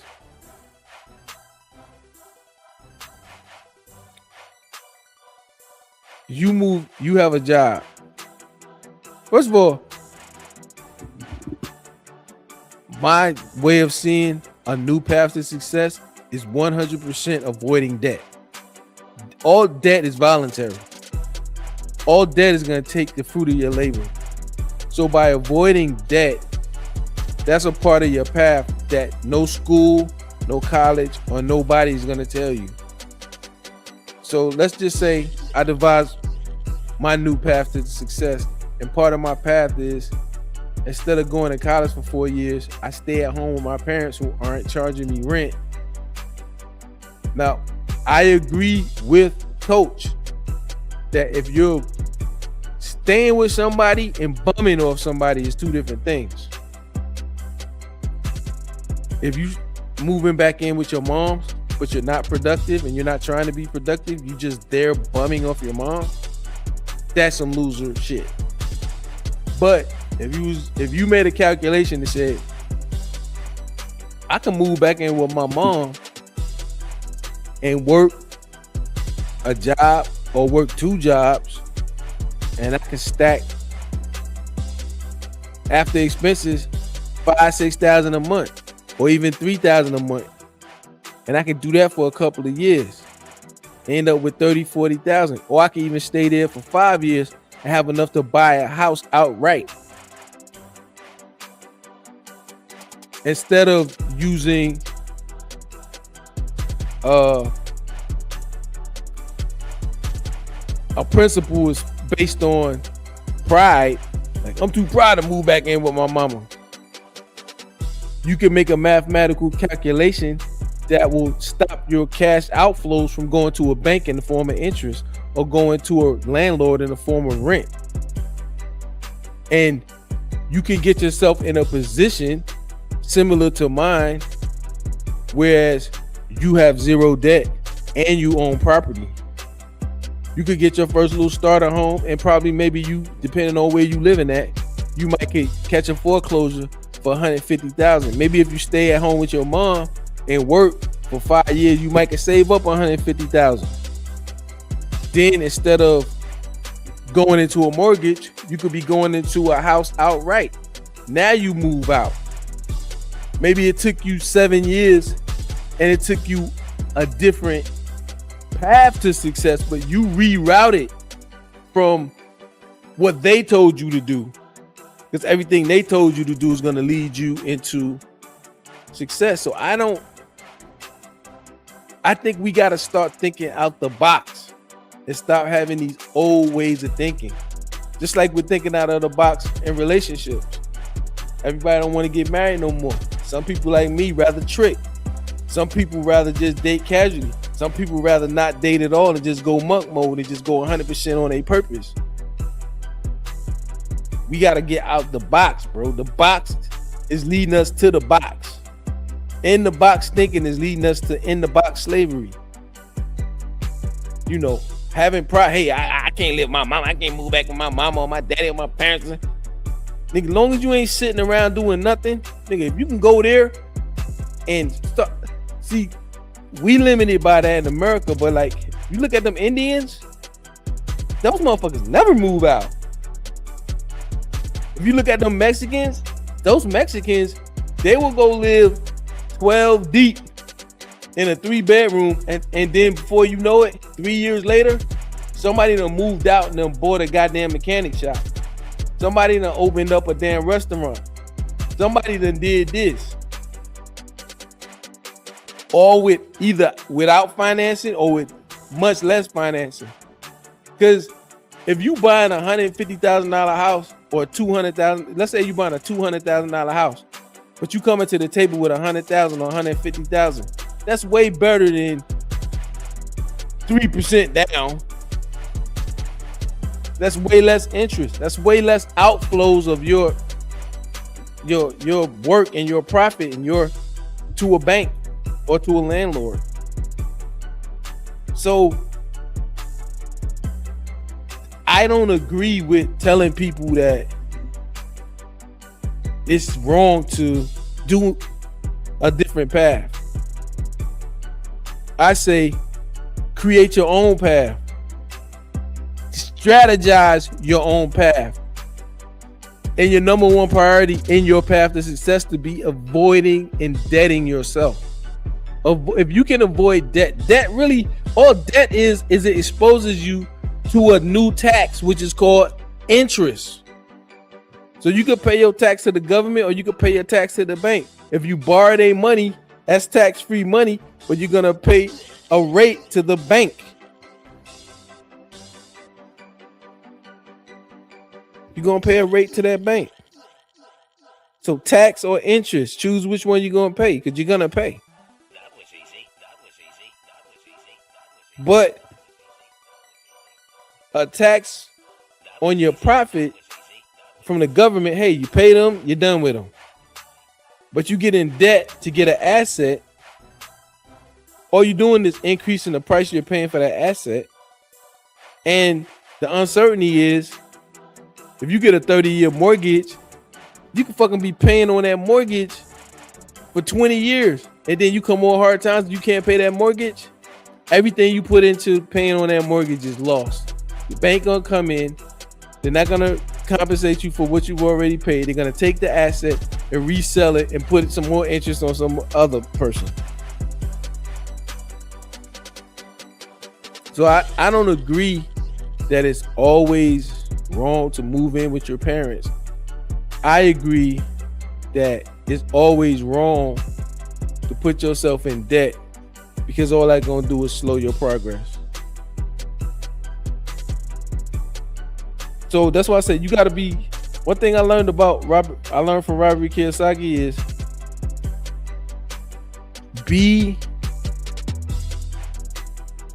make sure you pick the right teachers. Make sure you pick the right teachers. You know what I'm saying? Because some people are getting paid to tell you, to talk to you. They're getting paid to talk to you, but they're not necessarily giving you the best information in every situation. Make sure you run everything through your own strategy. Develop your strategy. Don't get your strategy from Lord Hybrid. Don't get your strategy from CGA. Get information, look at your situation, and you develop the perfect strategy for you. That's your job to yourself, is to develop your own path to success. You already know the school system, the government, the fucking banks. If you take the path that they create for you, you're gonna be a goddamn slave. If you accept the path that those entities, you're gonna end up being a slave. When you look at what Lord Hybrid is saying, he's right about all that, really. So you better get yourself smart, especially if you're young, and you better create your own path to your own success in whatever form that you determine it is. Don't let other people do your thinking for you.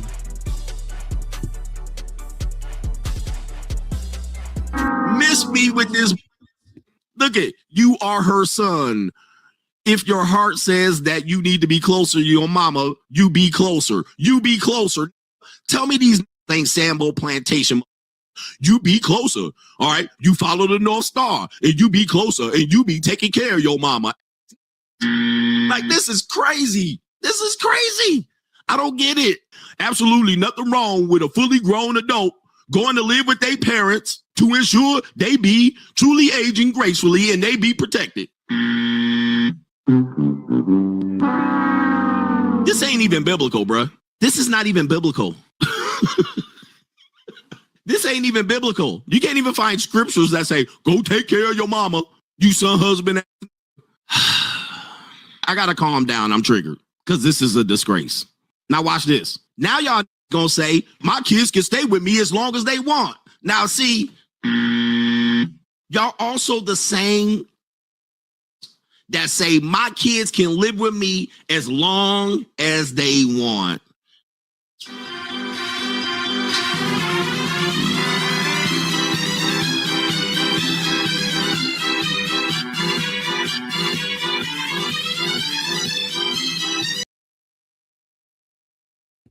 Now, I'll give you an example why I don't agree with that.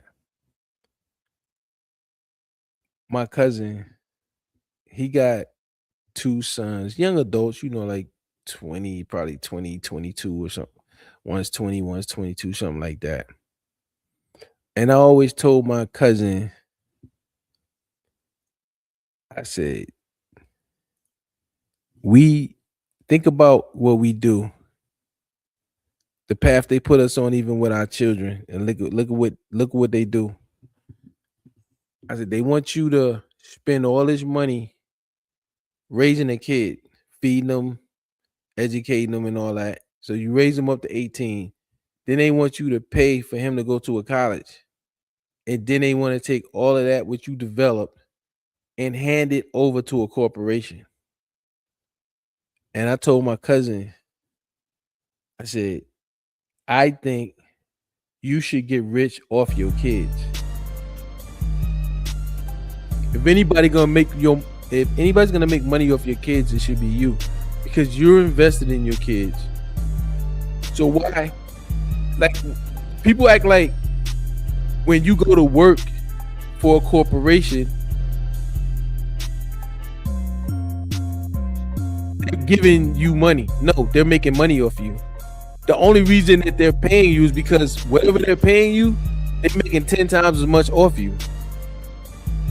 So you basically raise up a person, take all the expense of a person, and when that person is ready to become productive and profitable, you give that profit to a corporation instead of you. See, if you had a business, look,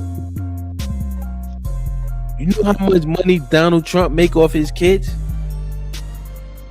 He's the president. While he's the president, his kids is running his business. Those niggas made $2.4 billion last year. So I told my cousin, and his sons, they didn't want to go to college. His sons still live with him. Now he works hand in hand with me. He makes a lot of money with me. Tens of thousands of dollars a month.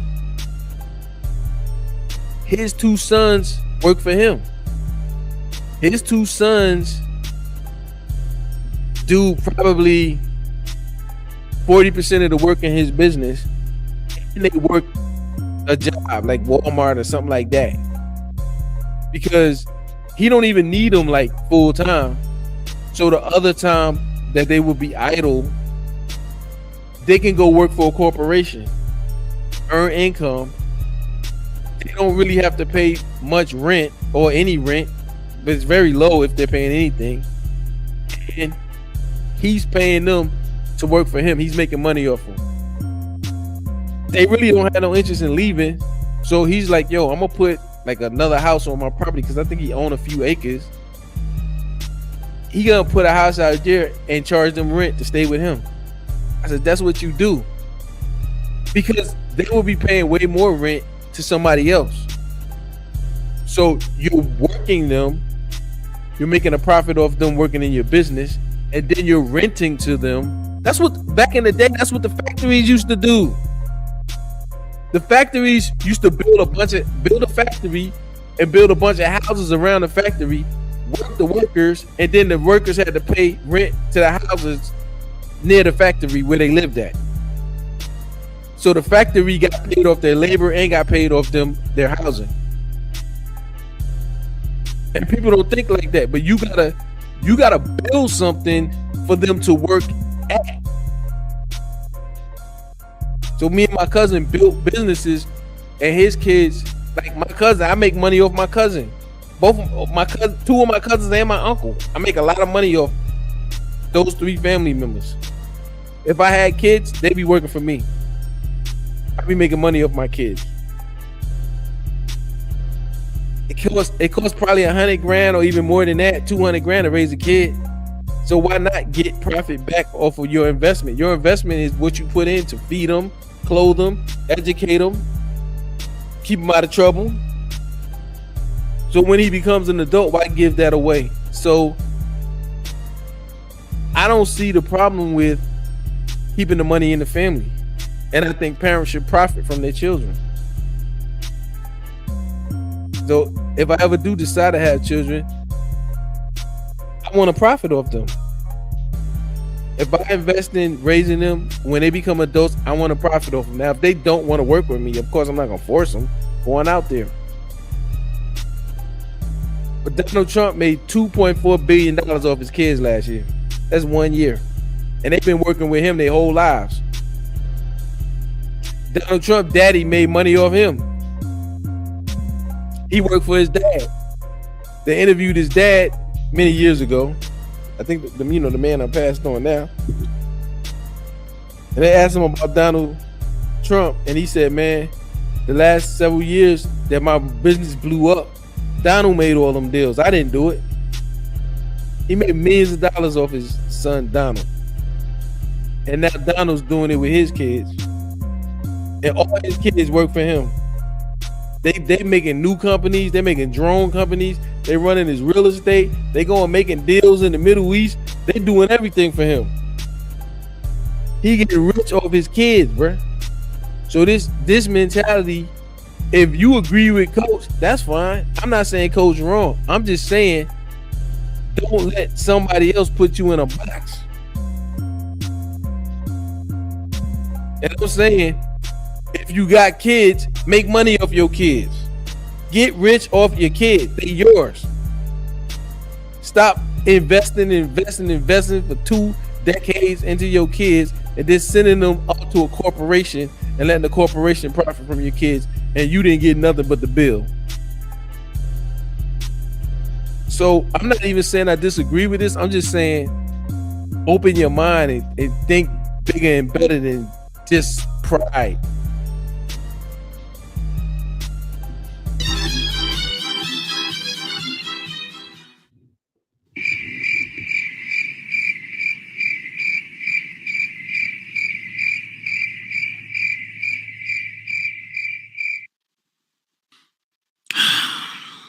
When I tell you, they don't want you, Toby, to be free.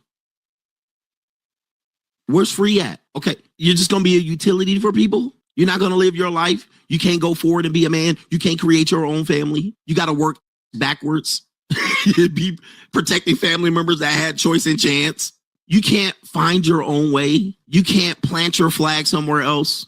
I'm just asking you, nobody does this that has any level of success. Nobody does this. This is crazy. This is a crazy theory that is supported by nothing but tree and plantation loserism. Now, this is different if I said I wanted to establish a support system for my family. That's different. All right, okay, here's a support system. Grandkids, you take care of the mama and your grandmama and your granddaddy and pappy. Okay, everybody live right and got some good choices and all right. But people have lived in rebellion and try to do it their way. And then all of a sudden, when it doesn't work, you're supposed to support this. Nobody does it like this. This is just pure loserism. You guys are lost. This is lost. Yeah, somebody says mom and sister that don't want to submit to her husband.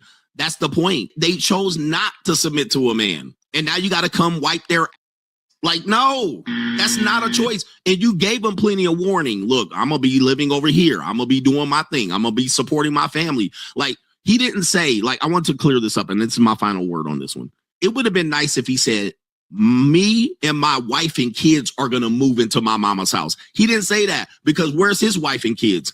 He said he's going to move into his mama's house, AKA son husband. Why can't he pay for some support for something? He gonna watch his mama 24/7? Okay, he gonna watch his mama 24/7. Dudes are here. Look, y'all getting mad about this because you realize I'm calling your ass out. Okay. Yeah, man. So I'm not saying that mentality or that idea is wrong.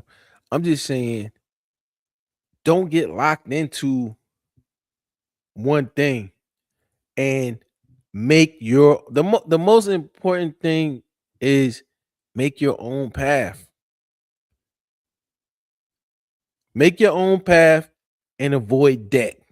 Debt is the voluntary slavery that so many people get stuck in. So is it better for you to work a job? Let's say you got a job, you're making $55,000. You have the option to stay with your parents, your mom or your dad, for free and stack your paper, or be a man and go get your own place and pay rent.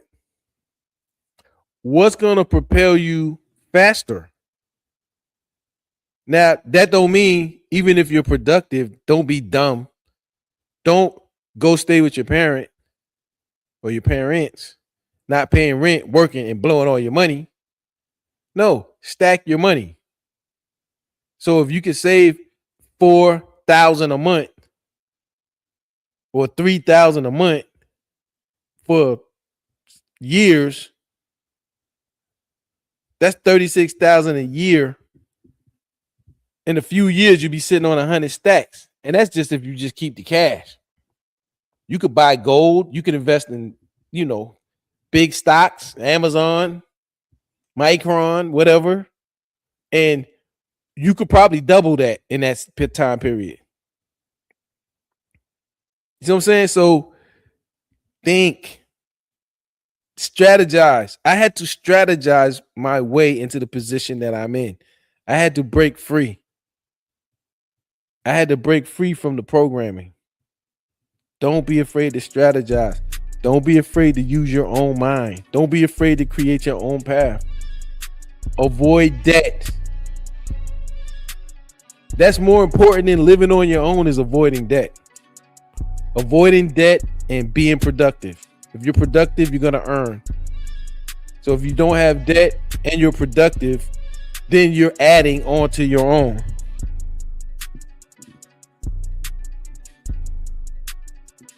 They're trying to turn us into a rent nation because they want to extract everything we got.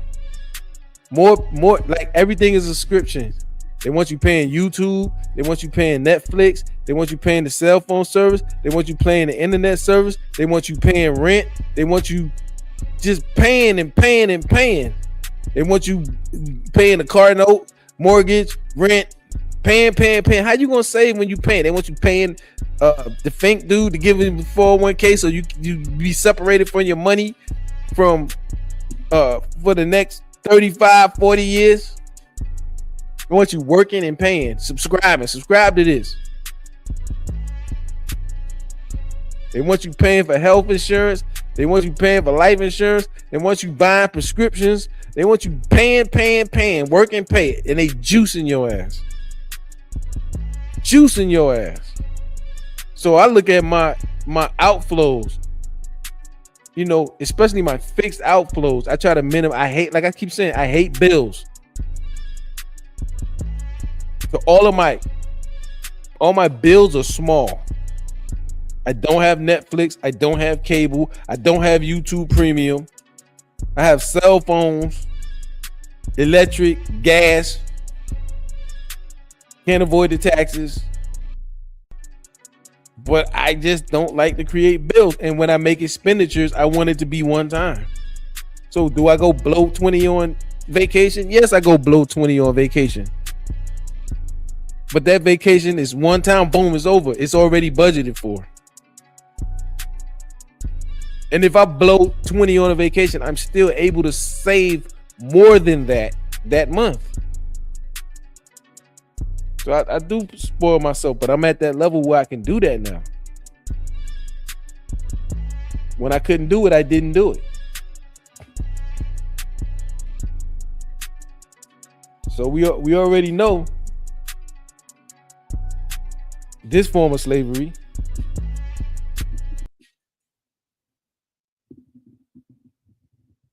Of Americans are falling into this financial hole that can follow them for years. Federal student loan defaults have now hit a record high.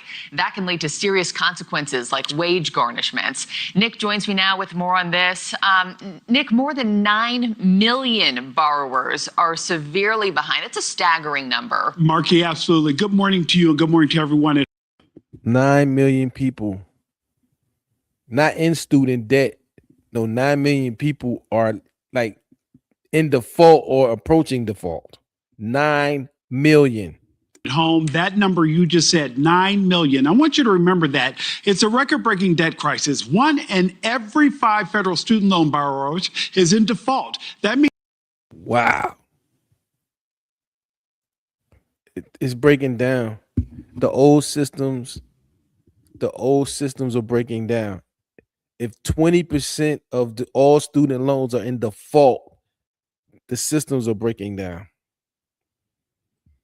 Just imagine if 20% of all flights were crashing, they would halt flights. You wouldn't be able to fly no more. 1 in 5, that's 20%. 20% of all student loans are failing. They have gone more than 9 months without making a required payment.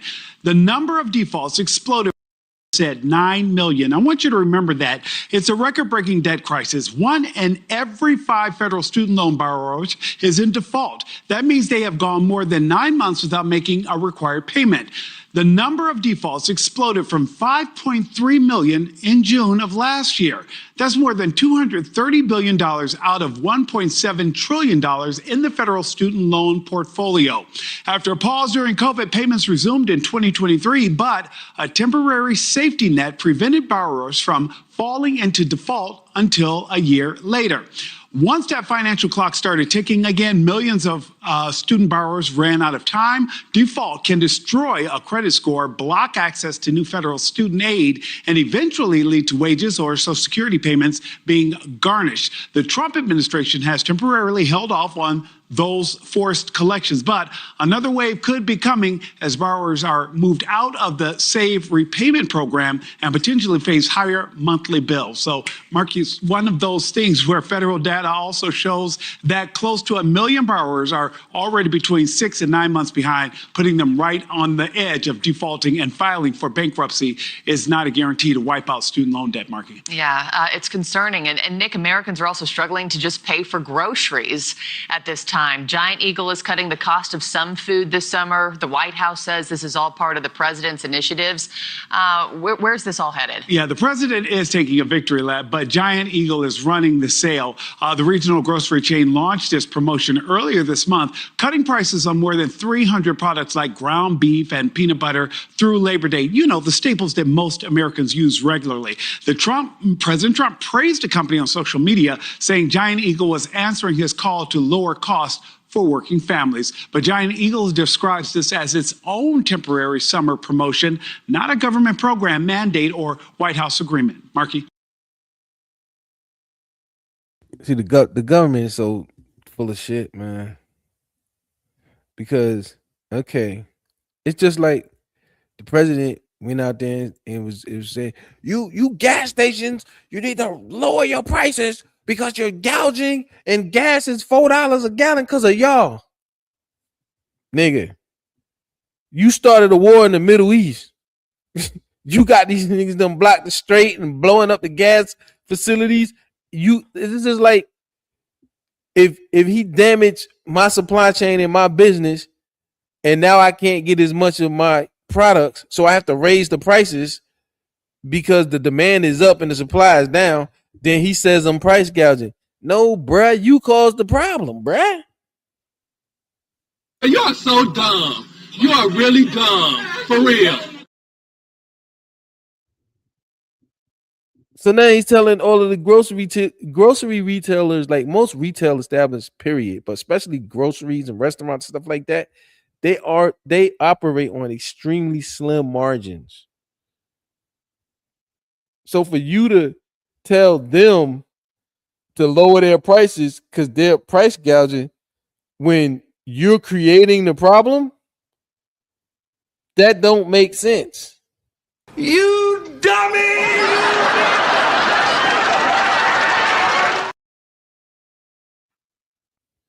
Yeah. So then, out of the kindness of this this grocery store decides to lower prices to help the people. And then Trump says, hey, see, look, they lowered their prices. It's something because of what we doing. And they came out and they said it's not because of what you did. We doing this on our own just to be nice. This ain't got nothing to do with your policies. Your policies are making things more expensive. So the government is usually a part of the problem.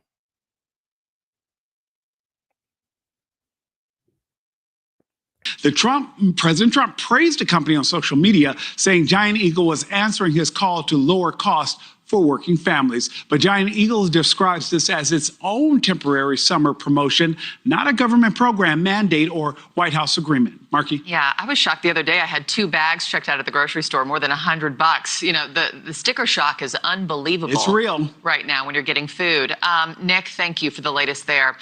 Thank you for watching. Subscribe below and download our News Nation app right now on your phone, and you will get fact-based, unbiased news for all Americans.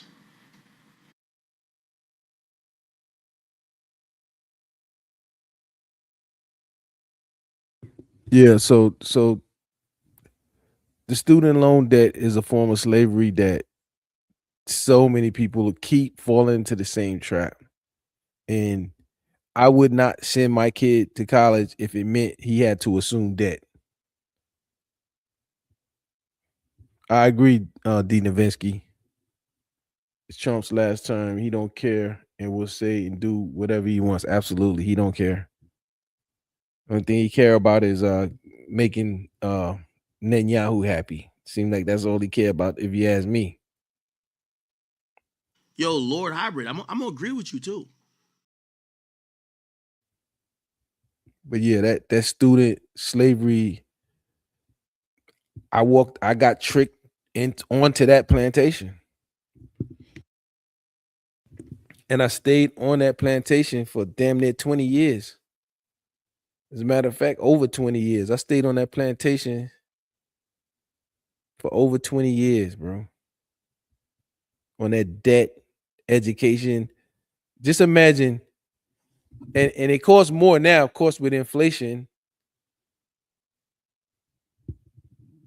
Just imagine somebody selling you a piece of paper for $60,000. You don't get a house, you don't get a car, you just get a piece of paper, and you got to pay off $60,000 for a piece of paper.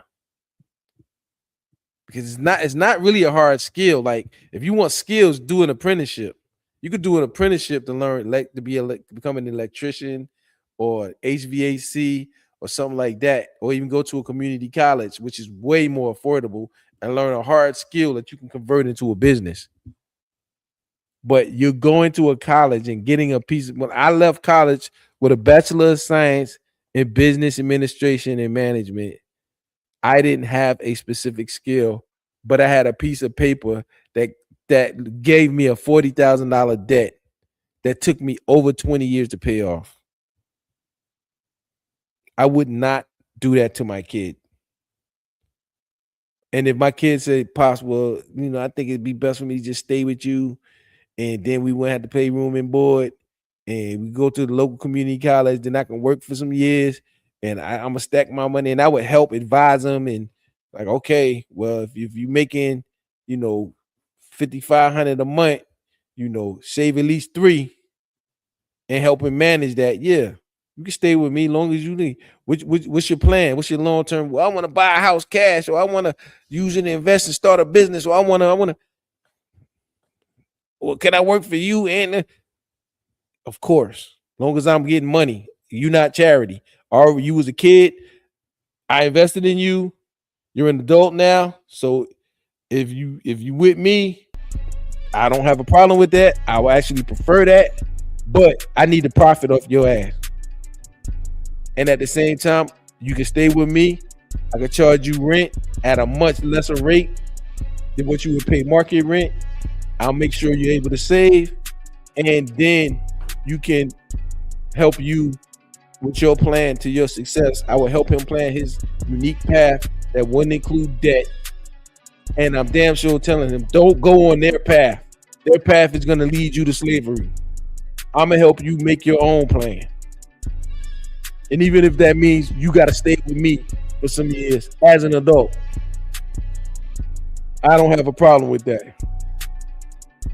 I don't have a problem with that at all. You know what I'm saying? So it's time.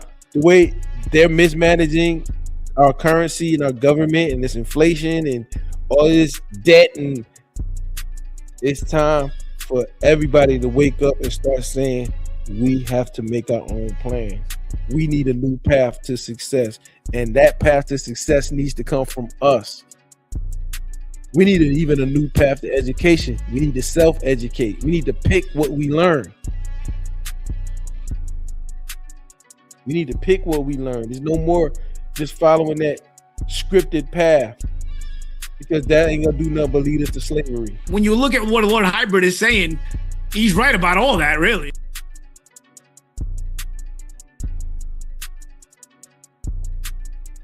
Because once you get that degree in your hand and you got that $40,000 debt, you know what they're gonna be saying. Got him! Got him! Got that hoe ass nigga!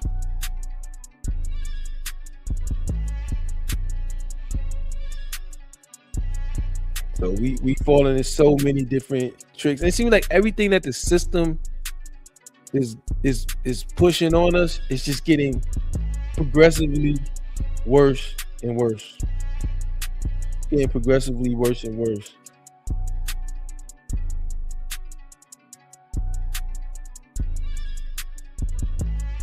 Now, every time you watch a sporting event or a podcast, what do you see? You see this. $234 million. That is how much Fortune magazine says people bet on the Kentucky Derby this past weekend. One single race. Betting on This shouldn't even be legal. When we was coming up, you had the lotto and you had the casinos where you actually had to go to the casinos. But now your phone, your computer, and they're heavily pushing gambling, especially to young men, to get you addicted to gambling so that a gambling company, and you know every rapper is trying to sell you gambling. Every black, I don't know if it's the white ones, but I know every black podcaster and every black rapper is trying to get a casino in your neighborhood or try to sell you in a gambling app or trying to advertise gambling to you to get you to gamble. Why? Because gambling is the ultimate slavery, because you actually, at least if you trick yourself onto the G-Wagon plantation, at least you get a G-Wagon. Or if you get a house you can't afford, or even if you buy some expensive clothes that you can't afford, you get something. If you become a gambling addict, you give them money and you get nothing. You get nothing. You just get to become a gambling addict and give these motherfuckers your money, and it's being pushed in ways. Look, I've never played the lottery once in my life. Never. I've never gambled. I might have, if I gambled, like I ended up in the casino and I might have put like 50 cents in the goddamn slot machine. I don't know how to play blackjack, the thing where you spin the roulette thing. I don't, baccarat, whatever the fuck it is. I've never gambled. I always thought it was totally fucking ridiculous. I've never sports bet. I've never bought a lottery ticket. I've never participated in gambling. I shot dice. When I first got to college at the age of 18, I was shooting dice and I lost all my money. It wasn't but like $25. And I was like, I'm never gambling again. This is bullshit. This is what's being pushed on young men in America. They want you to become a fucking gambling addict so they can get your money for nothing. sports or anything for that matter is easier than ever thanks to our phones. That's right. I recently caught up with a young man who got hooked on betting. He almost lost his friends, it impacted relationships with family, and it had his finances spiraling out of control. There's definitely some relationships that had their tough points that I think I've tried to grow back and talk to those people and reassure them that that's in the past now. This is Jacob. He's 26 years old and he's recovering from an online betting addiction. I started doing that 4 years ago, maybe almost 5 at this point, end of 2021, and just was immediately hooked once I started getting on that website. The website? You pick. He had several. He started with one that is not regulated because he learned about it from friends. Then he added popular ones you've heard of, Hard Rock Bets, Kalshi, Polymarket. There were others. And it's as simple as sending a text message to bet on almost anything. He had a detailed system of how he tracked his bets, the wins, the losses. There's some weeks that I'd win a couple $1,000. There's some weeks that I could lose $1,000. You just never know. And there's different things on there, from sports betting to casino games, whether it's slots, blackjack, roulette, just honestly anything that you could play on your phone that you would normally see in a casino setting. Jacob is not alone. It's a growing trend across Florida and the country. Younger people, specifically men, are gambling and losing thousands of dollars. According to the Florida Council on Compulsive Gambling, men accounted for 97% of the people seeking help for online sports gambling addiction. That number hasn't changed much over the years. What has changed is the amount seeking help, from 240 to 803. More than half were between the ages of 18 to 30. And while 803 may seem low, that's just the number of people who sought help. It's made it so much easier now. Because back, maybe even 10 years ago, to gamble, you had to go to a casino. Nowadays, it's in your phone. It's in your pocket. Dr. Kenny Tello is a behavioral and mental health doctor with Orlando Health. He says young people are most susceptible to this type of addiction. Typically, 18 to about 26, our brain's still developing. And so we are driven a lot by dopamine, which is the feel-good hormone. And then that feels good to the brain. Jacob focused at first on things he knew and was familiar with. He is a sports fan, has been one his entire life, so sports betting was his go-to. But as wins would trickle in, big losses would add up. And for him, the only way to make up the losses was bigger wins. I would be up 3 in the morning knowing I had work the next day. I would go to work and I would be checking on that bet. What were you betting on in Europe, like soccer? It could be soccer, it could be tennis. There was table tennis that I was betting on too. And Jacob, you're betting on table tennis. I was. You don't know anything about table tennis? Anything about table tennis, no.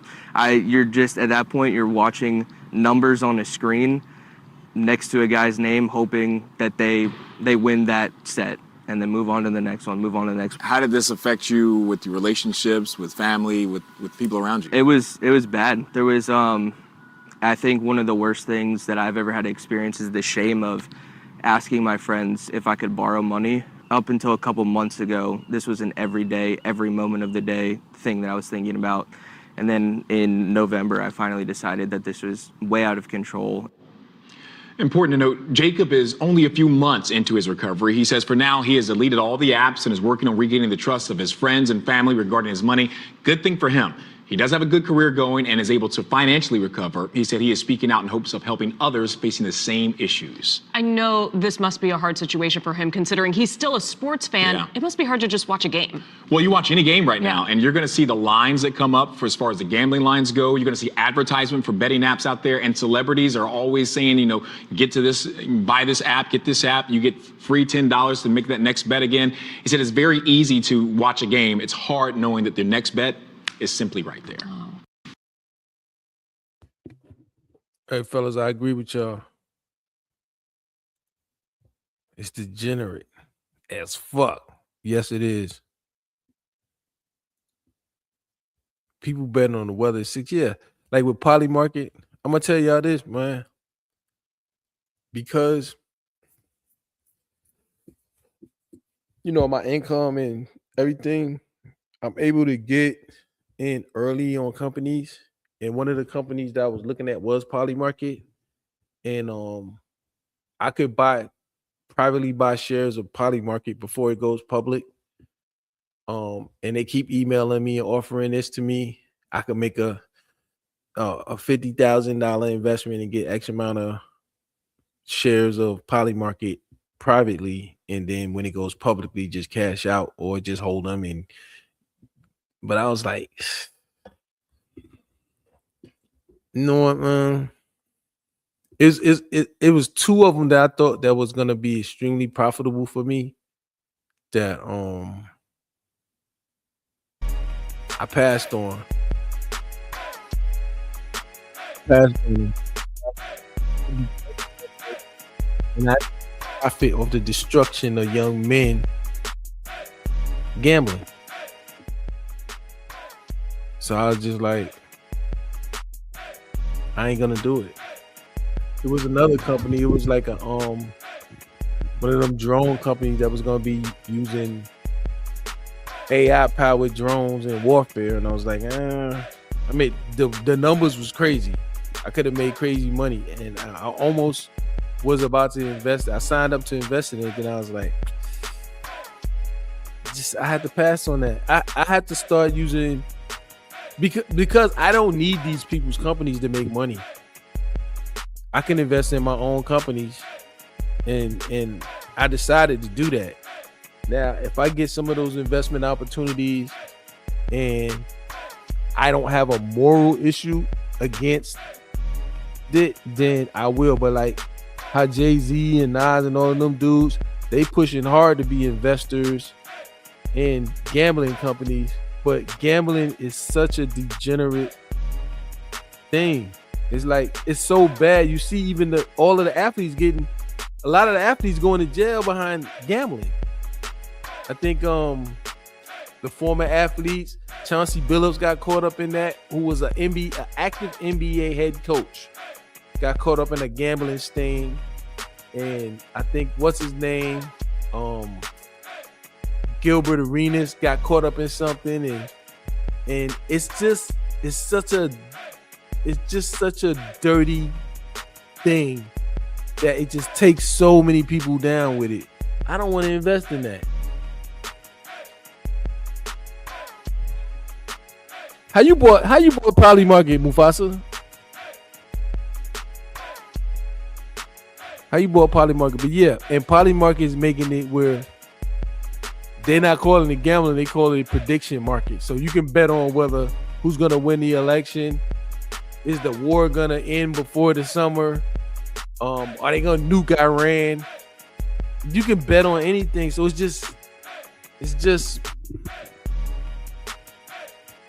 a degenerate. I can't put it no better than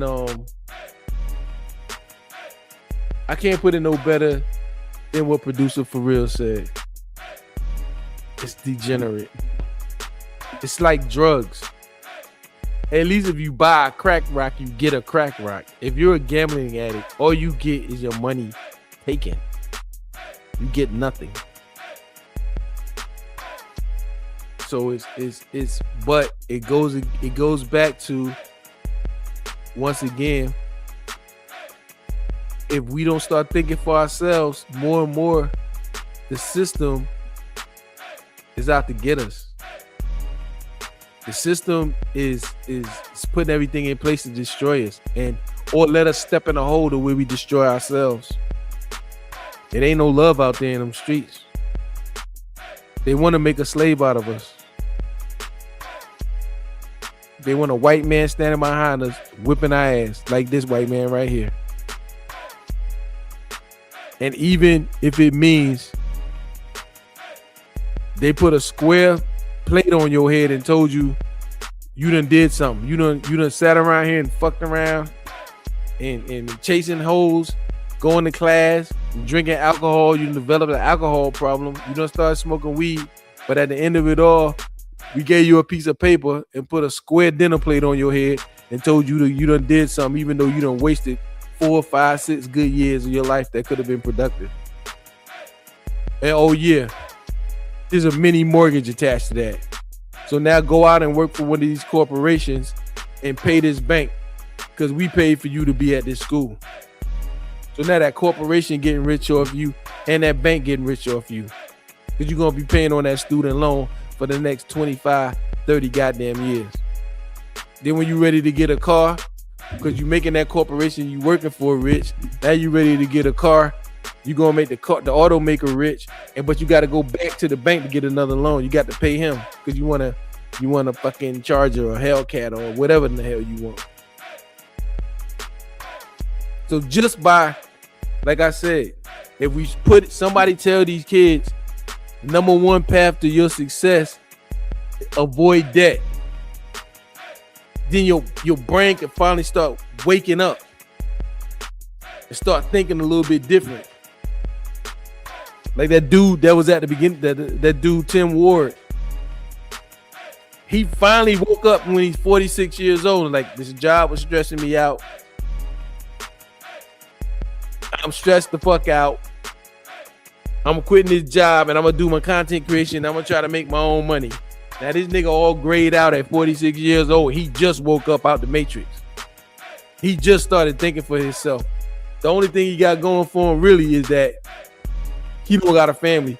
Because I feel more sorry for the nigga that wake up at 46 years old, but he got 3 kids and a wife and a mortgage and 2 car notes, and he got to send these kids to college, and he done woke up, and he's woke up in prison that he can't escape. He got so many debts and so many obligations, and he just stuck. If I was a slave, I wouldn't want to be woke up. Just leave me sleep. And it's a lot of men that's over obligated and that's stuck in situations, and they can't make that change. They can't wake up and act on the new information because they done woke up. They stuck in that prison. They stuck on that plantation. So at least that brother can make a move based on, even though it took him 46 years to wake up. At least he can move on that. Lord Hybrid is right.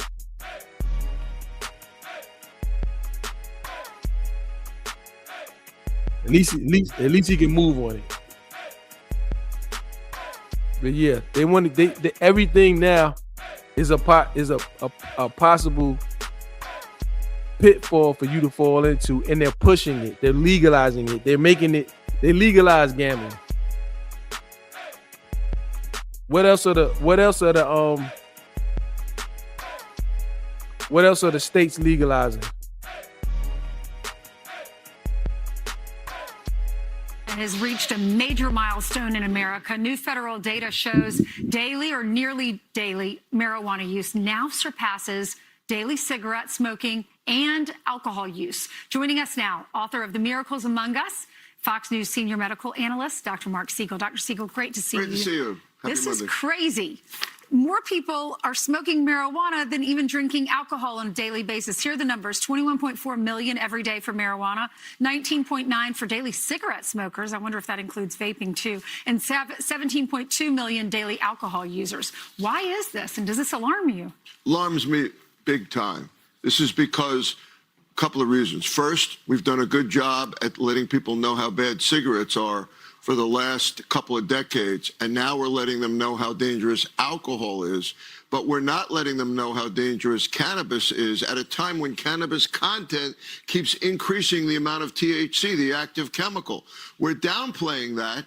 We keep talking about medical uses like for pain or for Big facts, producer, for real. Big facts. insomnia or an anxiety, when not only doesn't it work well for that, it increases anxiety and it increases insomnia, and it makes underlying psychiatric problems worse. You and I were talking before we came on about my deep concern about pregnancy, that over 15% of pregnant women have used cannabis for morning sickness when there are natural things out there like ginger or vitamin B6 or even Zofran, which is an anti-nausea drug, is relatively safe. Cannabis leads to preterm birth, leads to small birth weight infants, leads to developmental delays. Cannabis is terrible for the developing brain. Yeah, I mean, I think you're right about the messaging, because if you talk to adults, this is being driven by adults 26 and older. They will say, oh, it's not as dangerous. It's not as bad for you. It's much better than smoking cigarettes. And that's that generation that used to smoke, and now they're turning to marijuana. I want to look at these numbers real quick. What did the numbers say? American substance. Okay. So over 21 million people using weed every day. Over 21 million. 20 million smoking cigarettes. And 17 million drinking alcohol every day. So basically, our country is high. That's why we're falling off. Cannabis is terrible for the developing brain. Yeah, I mean, I think you're right about the messaging, because if you talk to adults, this is being driven by adults 26 and older. They will say, oh, it's not as dangerous. It's not as bad for you. It's much better than smoking cigarettes. And that's that generation that used to smoke, and now they're turning to marijuana. And by the way, it's bad for the lungs. It's not like you can save your lungs by going to marijuana. It's also bad for the lungs, and studies are now showing that it increases your risk of heart disease. Daily use is the key here. Over 70 million people use marijuana or cannabis products in North America. 70 million. We're number one in the world, and that's nothing to be proud of. Yeah. Okay, Dr. Siegel, researchers analyzed 4 different Atlanta area hospitals. They found severe, what they're calling invasive mold disease infections with high death rates, especially those. That mold shit ain't even related to the cannabis, so I ain't gonna go into that. But yeah, man, it seemed like the system is introducing and legalizing everything that's bad.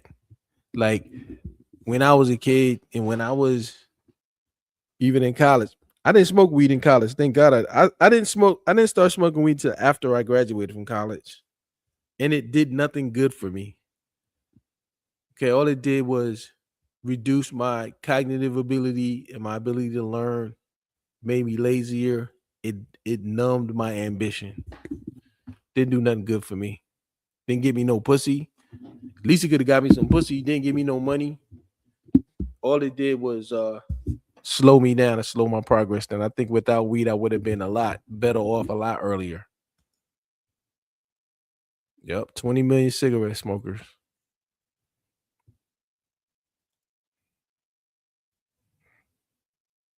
And they try to act like weed ain't that bad, but weed is bad. Don't smoke weed. And I'm glad I stopped smoking weed altogether. I used to smoke it occasionally, then I just completely got rid of it. USA Today is raising concerns about mental health issues and their link to high-potency marijuana products. Orko Manna spoke to experts in one local family. All of it these days is high potency. There's no more Reggie. It's all nothing but that high-powered stuff. To find out how prevalent this problem could be. What is the noise? Our kid's brain was gone. That was Robin Marie McIntosh's reaction when they spoke to their son Madison in March. The 24-year-old who lives in Phoenix was acting strange. He's been talking gibberish. He's been telling people that he tried to commit suicide. He's been saying all sorts of weird things. Madison's brother filmed this video that same night. My brain, when you've instilled in me, when I'm tuning out the noise. It was like the lights on, but no one's home. It was the strangest thing to recognize somebody. You know, I know that's my son, but you don't recognize them. They learned Madison was vaping multiple times a day. At the hospital, doctors diagnosed him with cannabis-induced psychosis. What the heck is that? We never heard of that. Over the past 4 or 5 years, I have seen plenty of patients who... Las Vegas psychiatrist Reza Kazemi has seen firsthand the link between high-potency THC products and psychosis. A study out of Colorado found a 77% increase in suicide deaths among 10 to 19-year-olds with marijuana in their systems. Some people are more susceptible to it versus others. There is some genetic factors that go into it.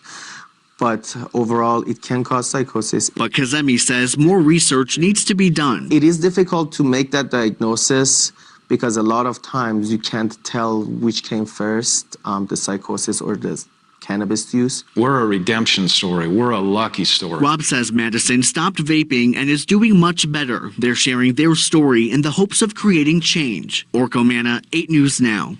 Orko reached out to multiple dispensaries across the Las Vegas Valley to get their thoughts on this, but they all declined to comment.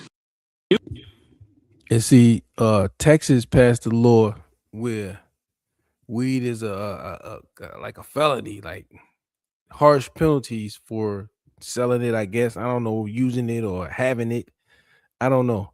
But they made some strict laws about it. And I think as Americans, if we care about our young people, we have to address the issue that we have with gambling, marijuana use, a lot of problems. And I was just saying, we got to start back to not listening, like distrusting the government and distrusting the system, or at least not accepting what they said. Because now y'all remember probably about 6 years ago, you know, we had the pandemic and Dr. Fauci, he was telling us all this stuff, and now everything's coming out and everything was lies. And so now he finally had the answer, and we saw what happened. Fighting for his reputation. The man once hailed as the nation's savior got pummeled today as he pleaded the fifth, a grand total of 111 times. What color tie are you wearing? On the advice of counsel, I respectfully decline to answer based upon my rights under the Fifth Amendment to the Constitution. What color's the carpet in front of you. On the advice of counsel, on the advice of counsel, on the advice of counsel. When his attorney attempted to speak up for him, Security, please remove him from the room. he was expelled from the hearing. Thank you to you for your service to this nation. Democrats came to Fauci's defense. So the man created the virus, put a remedy to the virus that was terrible for you. Now, when they dug up all his diaries and his back texts and everything he was saying in the public was completely opposite of what he was saying on back channels to people when he was talking honestly. So he was telling pregnant women, yeah, it's cool, take it, it's good for the kids. On the back end, he was telling people in his text messages stuff, I don't know, this might kill the kids. You see what I'm saying? So this, because he was pardoning and all that, there's really nothing in part. He's part of the political class. They're not going to prosecute him. So they just kind of like defaming him. They're just kind of like ruining his name. They're not going to take any type of legal action or judicial, criminal acts against him. So we got to understand that the authorities don't have our back. The authorities will, and mostly everything from the power that's being introduced to us is bad. And somebody got to wake up the women and say, these doctors are not good for you. Stop believing them. Go back to common sense. Find your own solutions. Even we talk about the new path to success, meaning think of your own path to success. If you go to a doctor, his job is to put you on a prescription. If you go to a therapist, their job is to put you on a prescription. So understand that going in that I'm not going there to get help. I'm going there to get put on a prescription so that they help people get paid, corporations. Their job is to find something wrong with you and put you on the pill so a corporation can get paid. So the system, we can't trust and allow them to make any type of decisions or plans or path for us no more. Because who's defending Fauci? Black people. Who's defending him? Great. Thank you to Counsel, on the advice of counsel, on the advice of counsel. When his attorney attempted to speak up for him, Security, please remove him from the room. he was expelled from the hearing. thank you to you for your service to this nation. Democrats came to Fauci's defense. Democrats came to Fauci's defense. Democrats came to Fauci's defense. Democrats came to Fauci's defense. Democrats came to Fauci's defense. Democrats came to Fauci's defense. I mean, to me, both sides of the aisle are equally as bad. But Democrats are still defending this man.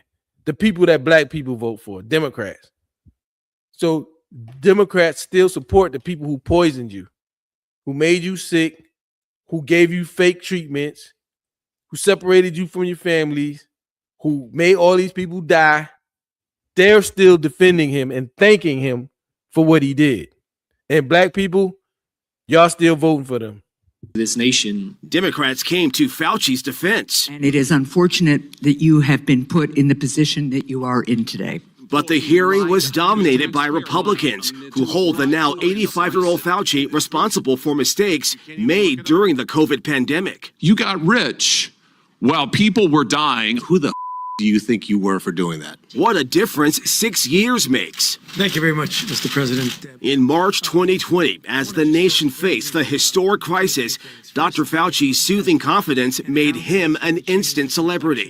You are seen to many as a superhero, but you are a human being, and you've been working nonstop. He seemed to be on TV all the time, even talk shows. Brad Pitt played him on SNL. I'd like to thank all the older women in America who have sent me supportive, inspiring, and sometimes graphic emails. His just-released diary, which he kept on his government-issue laptop, shows he relished the fame. Press is going wild with me, he wrote. Very flattering. Truly unbelievable. People naming their dogs after me.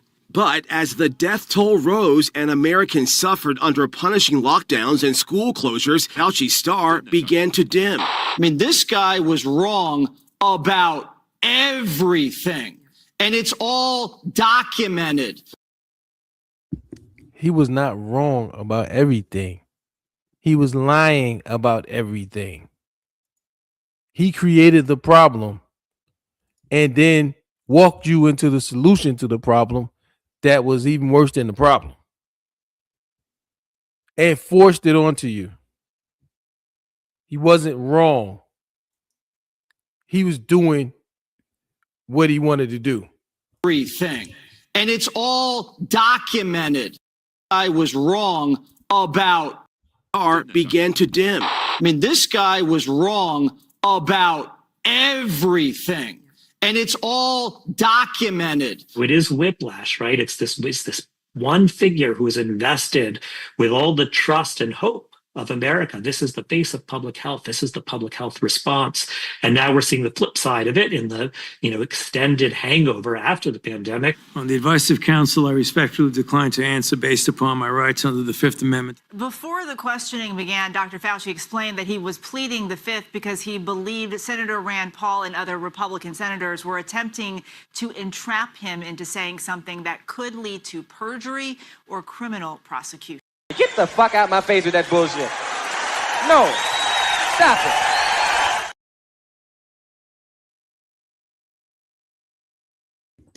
That's bullshit because he's already been pre-pardoned by Biden, the Democrat. Like I said, I don't got no faith in none of these politicians, no matter what side of the aisle they on. I don't believe nothing they say. All I know is that anything that's coming from the system is a lie. Anything and everything that's coming from the system is a lie. So now, and somebody need to find this black man right here.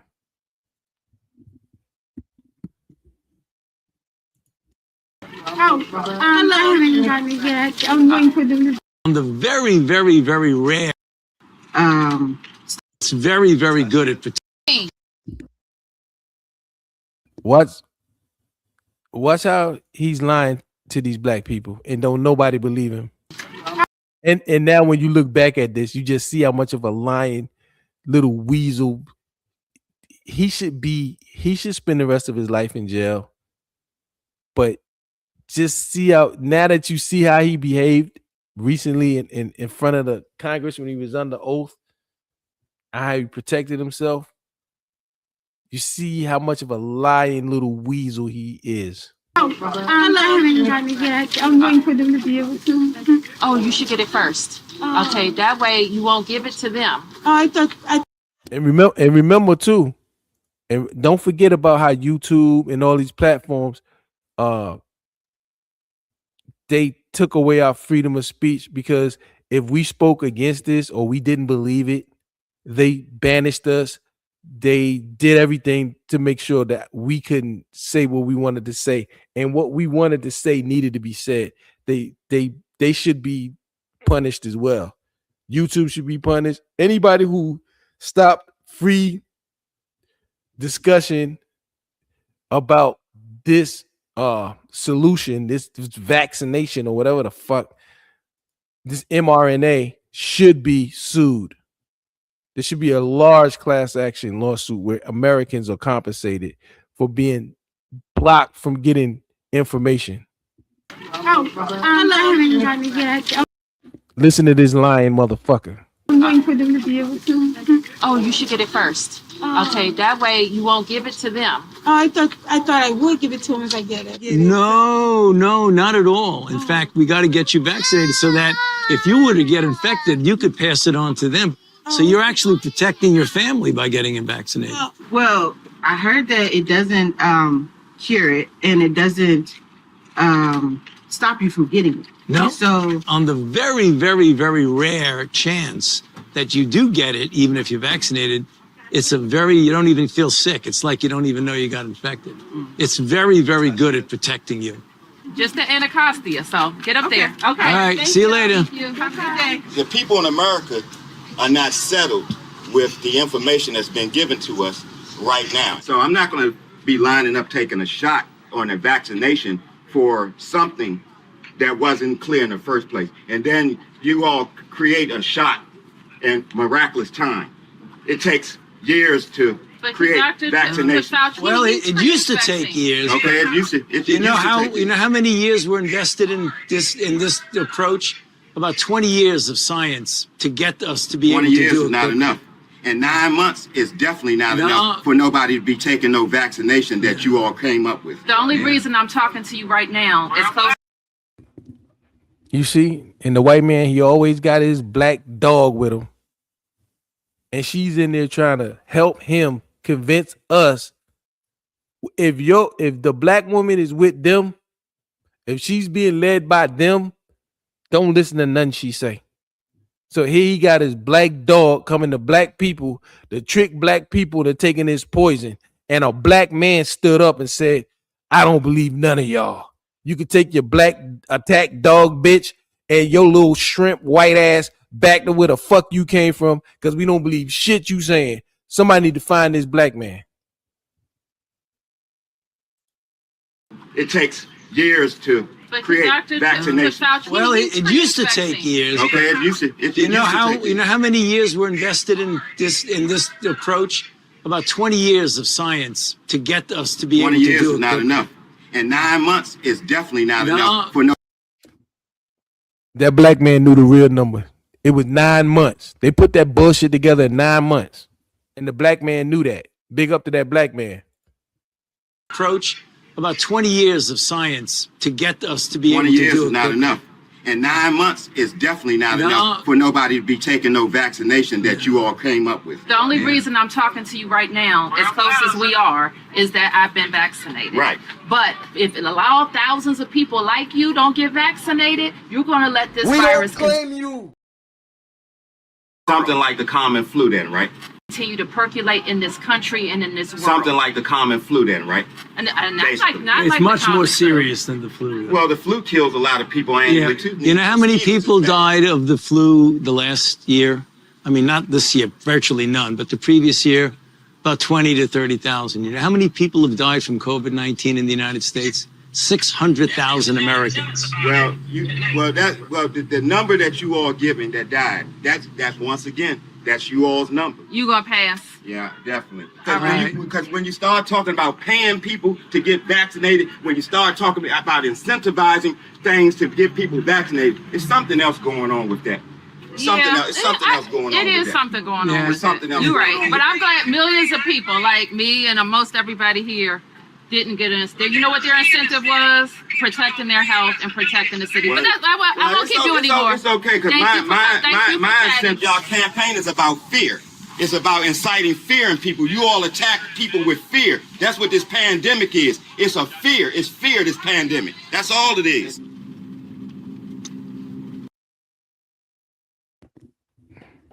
See, black woman, you needed a black man in your house to tell you that. And you threw him out for a degree and a job. And that's why your ass is broke and you ain't got no leadership. That's why y'all fat and broke and full of debt. Because you follow when you abandoned your black man, you abandoned me and the brothers, and you took the white man's degree and his job. And now all you got is debt and a piece of paper. And now the white man taking the jobs back.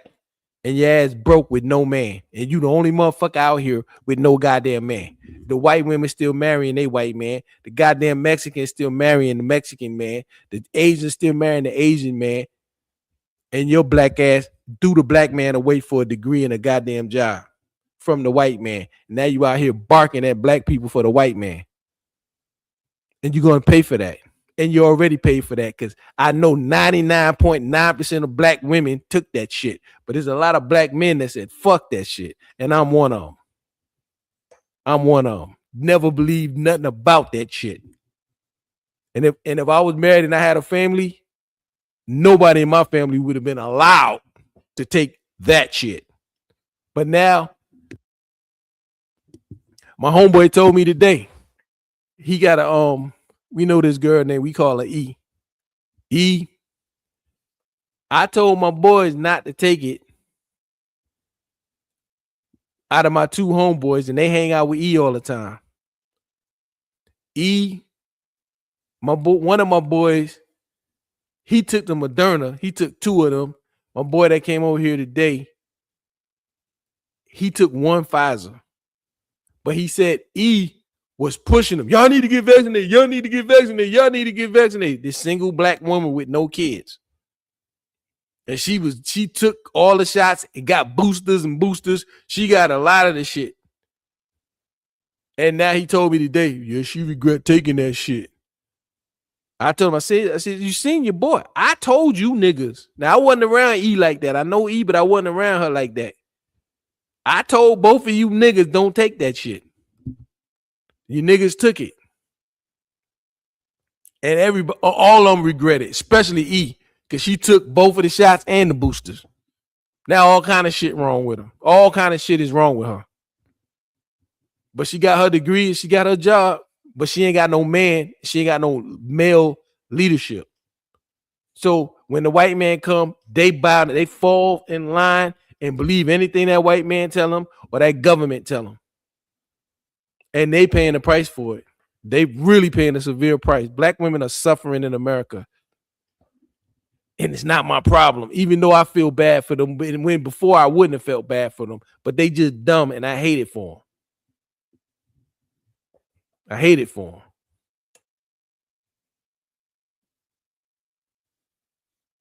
So yeah, black women fell for that shit.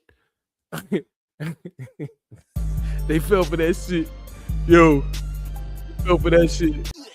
Hook, line, and sinker. They believed everything the government told them.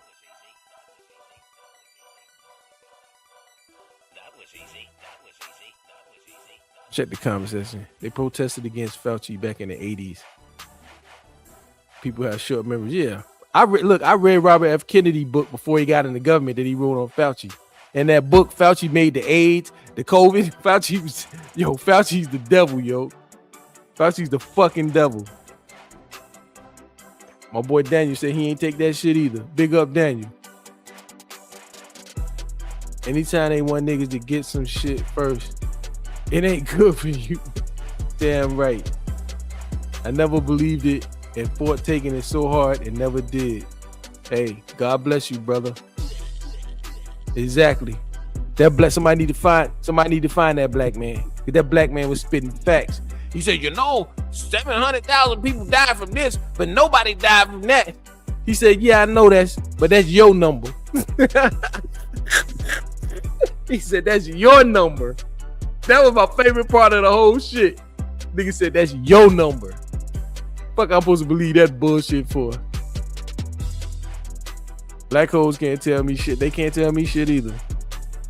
If one of them, I'm one of them too, Hybrid. I know all about the Tuskegee experiment and all that shit. Hey, I'm glad. Look, y'all know from the beginning I was talking. They was shutting my channel down. I was like, don't take that shit, please. I was telling everybody, listen to me, do not take that shit. I had chicks wouldn't even shake my hand. Have you been vaccinated? I was like, no. I get it. Bitches will run away from you like you was fucking got AIDS or something. Or got Ebola, even worse than that.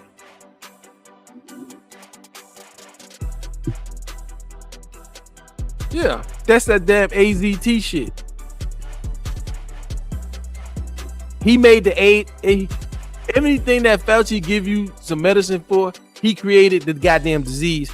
And the medicine is worse than the disease. He's trying to kill your fucking ass.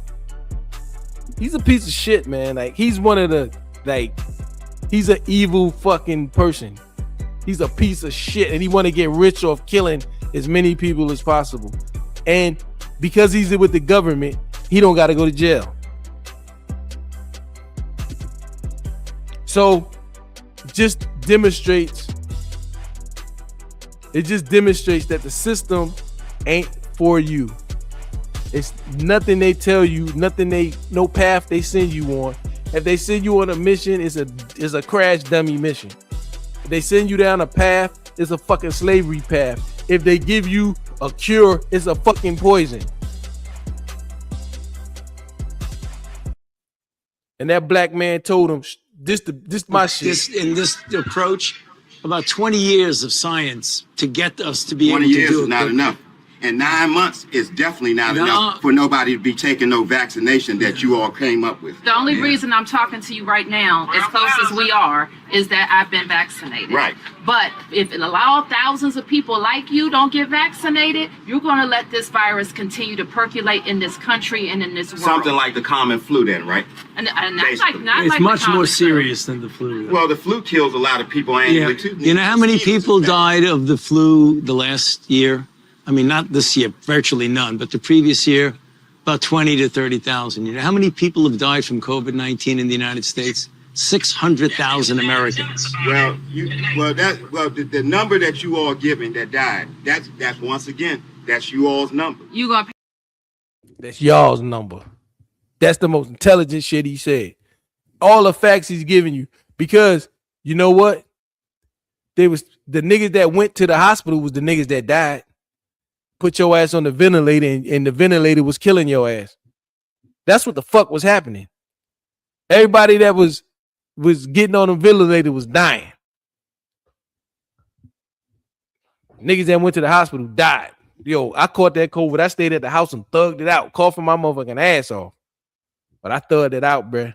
I was scared to go to the hospital. I was like, they're gonna put me on a ventilator and kill me. Fuck that. Fuck they shot and fuck they ventilator. I was just gonna thug it out, bruh. I'm gonna thug it out and pray. Lord Hybrid is right. Not letting these niggas get me. Yeah.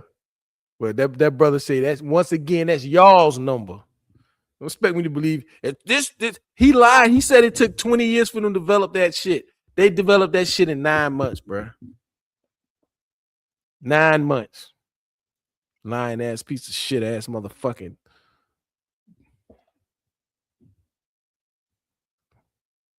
And I just and I don't blame because a lot of people still believe the government. And I don't hold them against it for being naive. Because you should be able to trust the government. But if you trust the government, you're a stupid motherfucker. So this is one of the last items I'm gonna talk about right here. And here's another motherfucker from the government gonna tell you some goddamn lies, and you're a stupid motherfucker if you believe this shit. Who is confirming that gold wasn't stolen from Fort Knox? Maybe it's there, maybe it's not. Elon Musk asked the question long ago in February 2025, right after US President Donald Trump took the Oval Office for his second term. Well, Republican Senator from Kentucky Rand Paul got the answer for Tesla boss on August 10th. Paul confirmed on August 11th that the nation's gold reserves remain at Fort Knox after touring the Treasury Department's highly secure facility in his home state of Kentucky. But what he saw there came with two pieces of news, one good and one bad. The good news is, yes, the gold is still there.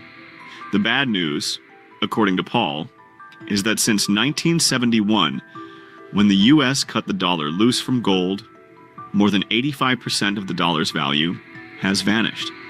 The Republican senator visited the US Bullion Depository and claimed that the United States holds about 147 million ounces of gold, with roughly half of it stored at the famed military facility. Sharing a video from outside Fort Knox, Paul said he came to see the nation's gold reserves for himself. The Republican lawmaker stood outside the U.S. Army post, located about 40 miles southwest of Louisville, and argued that the dollar has lost much of its value since the U.S. moved away from the gold standard in 1971.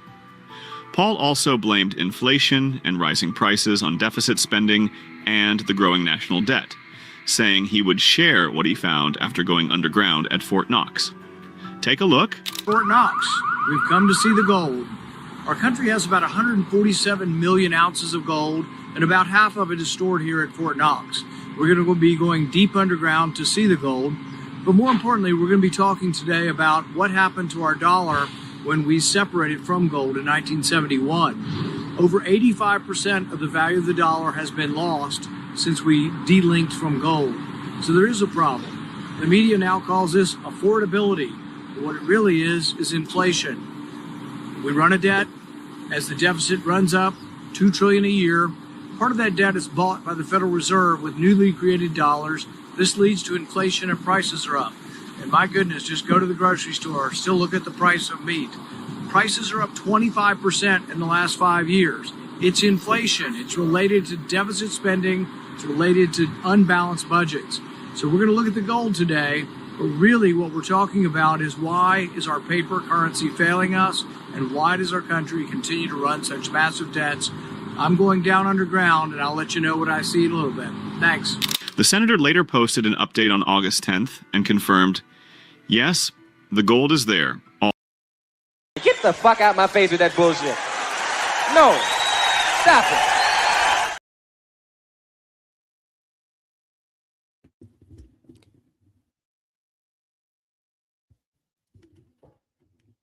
If you believe that gold is dead, you a stupid motherfucker. Cause you see, before he went down there, he was in front of the camera. He said, I'm finna go down there and look at the gold. Why he didn't say he seen it on camera when he came up? So then days later, he come out and make a text post on a social media platform talking about, yeah, the gold's there.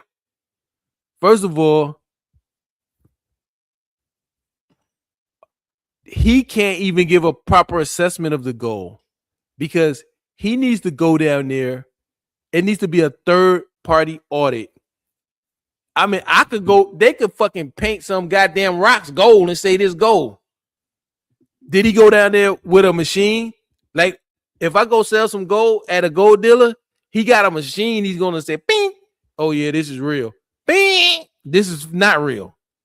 So you would need a team of motherfuckers to go down there, test the shit, count the shit one by one, the bars and whatever the fuck they got down there. So he goes down there in front of the cameras. I'm about to go underground and tell you about this goddamn gold and all this bullshit. Then he comes out, where the reporters at? Then days later, the gold's there. And they choose him because you supposed to trust this guy. Just like they chose Fauci because you supposed to trust Fauci, and people did trust Fauci because he been there for 40 years. So we're going to stick Fauci out here. Tell him this. Tell him these lies right here. So now they're stuck Rand Paul out there because a lot of people do trust Rand Paul because he's always been the one fighting for fiscal shit if you know Republican politics. So he's always the one saying we need to balance the budget. We need a gold standard and all this shit. So now they stick his ass out there to tell your dumb ass that the motherfucking gold's still there. Your gold and my gold. But guess what? It's not your gold and my gold. It's the government's gold. And you got to understand that the government don't represent us. The government is a separate entity with its own interest, and it's not nothing about the people. It's about themselves. And that gold is their gold. It's not your gold. And they done sold that shit or borrowed against it, but it ain't there because they won't let nobody see it. Why does our country continue to run such massive debts? I'm going down underground, and I'll let you know what I see in a little bit. Thanks. The senator later posted an update on August 10th and confirmed, yes, the gold is there, all approximately 147 million ounces. It is impressive. Confirming Musk's concerns, Paul argued a different point and expressed concerns over what happened to the dollar after it was decoupled from gold. How the fuck did he count 147 million ounces? How he do that? He went down there and in 3 hours he counted 147 million ounces. That's what the fuck he did. And we supposed to believe that bullshit. I don't believe it. And it's a reason why they put him out there right now. And we're gonna get into that too. But we'll continue with this bullshit ass lie. Gold in 1971. Paul blamed inflation and the rising cost of living on weaker purchasing power. pointing to the country's roughly $2 trillion annual deficits. Paul also reposted the letter he sent to Treasury Secretary Scott Bessent in February 2025, when he first requested a tour of the Fort Knox Gold Depository, and also dropped a brief report slamming Congress's spending. Historically, the US dollar was backed by physical gold, but during the Nixon administration, the country abandoned the gold standard and moved to a fiat system, where the dollar's value is determined by its worth relative to other currencies. Notably, in February 2025, ABC News reported that Elon Musk ramped up his review of federal spending through Doge. He called for an audit of the gold reserves at Fort Knox. Musk's push added fresh attention to long-standing questions about whether the nation's gold holdings were fully accounted for. Around the same time, President Trump also spoke on several occasions about inspecting Fort Knox to see whether gold is there. And I'm going to do something. I'm actually going on this one. You know, all my life I've heard about Fort Knox. That's where the gold is kept, right? I heard Fort Knox, oh. But you know, we're getting a little bit shaky. We're getting the yips on this stuff. Like, I want to find out. So we're going to open up the doors. I'm going to see if we have gold there. We want to find out. Did anybody steal the gold in Fort Knox? It's a pretty amazing place, but I'm going to actually go. We're going to open the doors. We're going to inspect Fort Knox. We want to make sure that we actually have, you know, 400 tons of gold or whatever. He never went. Whatever the hell it is. It's a lot of gold. I don't want to open it and the cupboards are bare. Could happen. Well, I think we're going to take in tremendous tariff money, number one. And number two, you take a look at Doge and you see what's happening. We're saving billions of dollars. He had to fucking refund all the tariff money. So he didn't take in shit. He just fucked up the economy. And then Doge, they done dismantled it. And niggas didn't save a goddamn thing. And he said he's not doing no new wars. And we done got our ass kicked in the motherfucking war.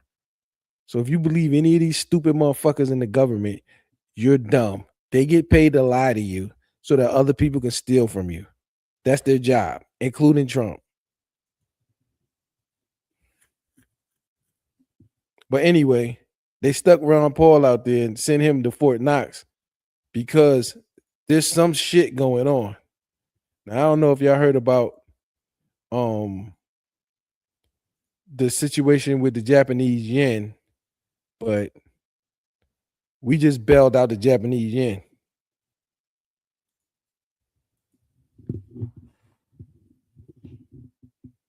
Just got bailed out by the United States.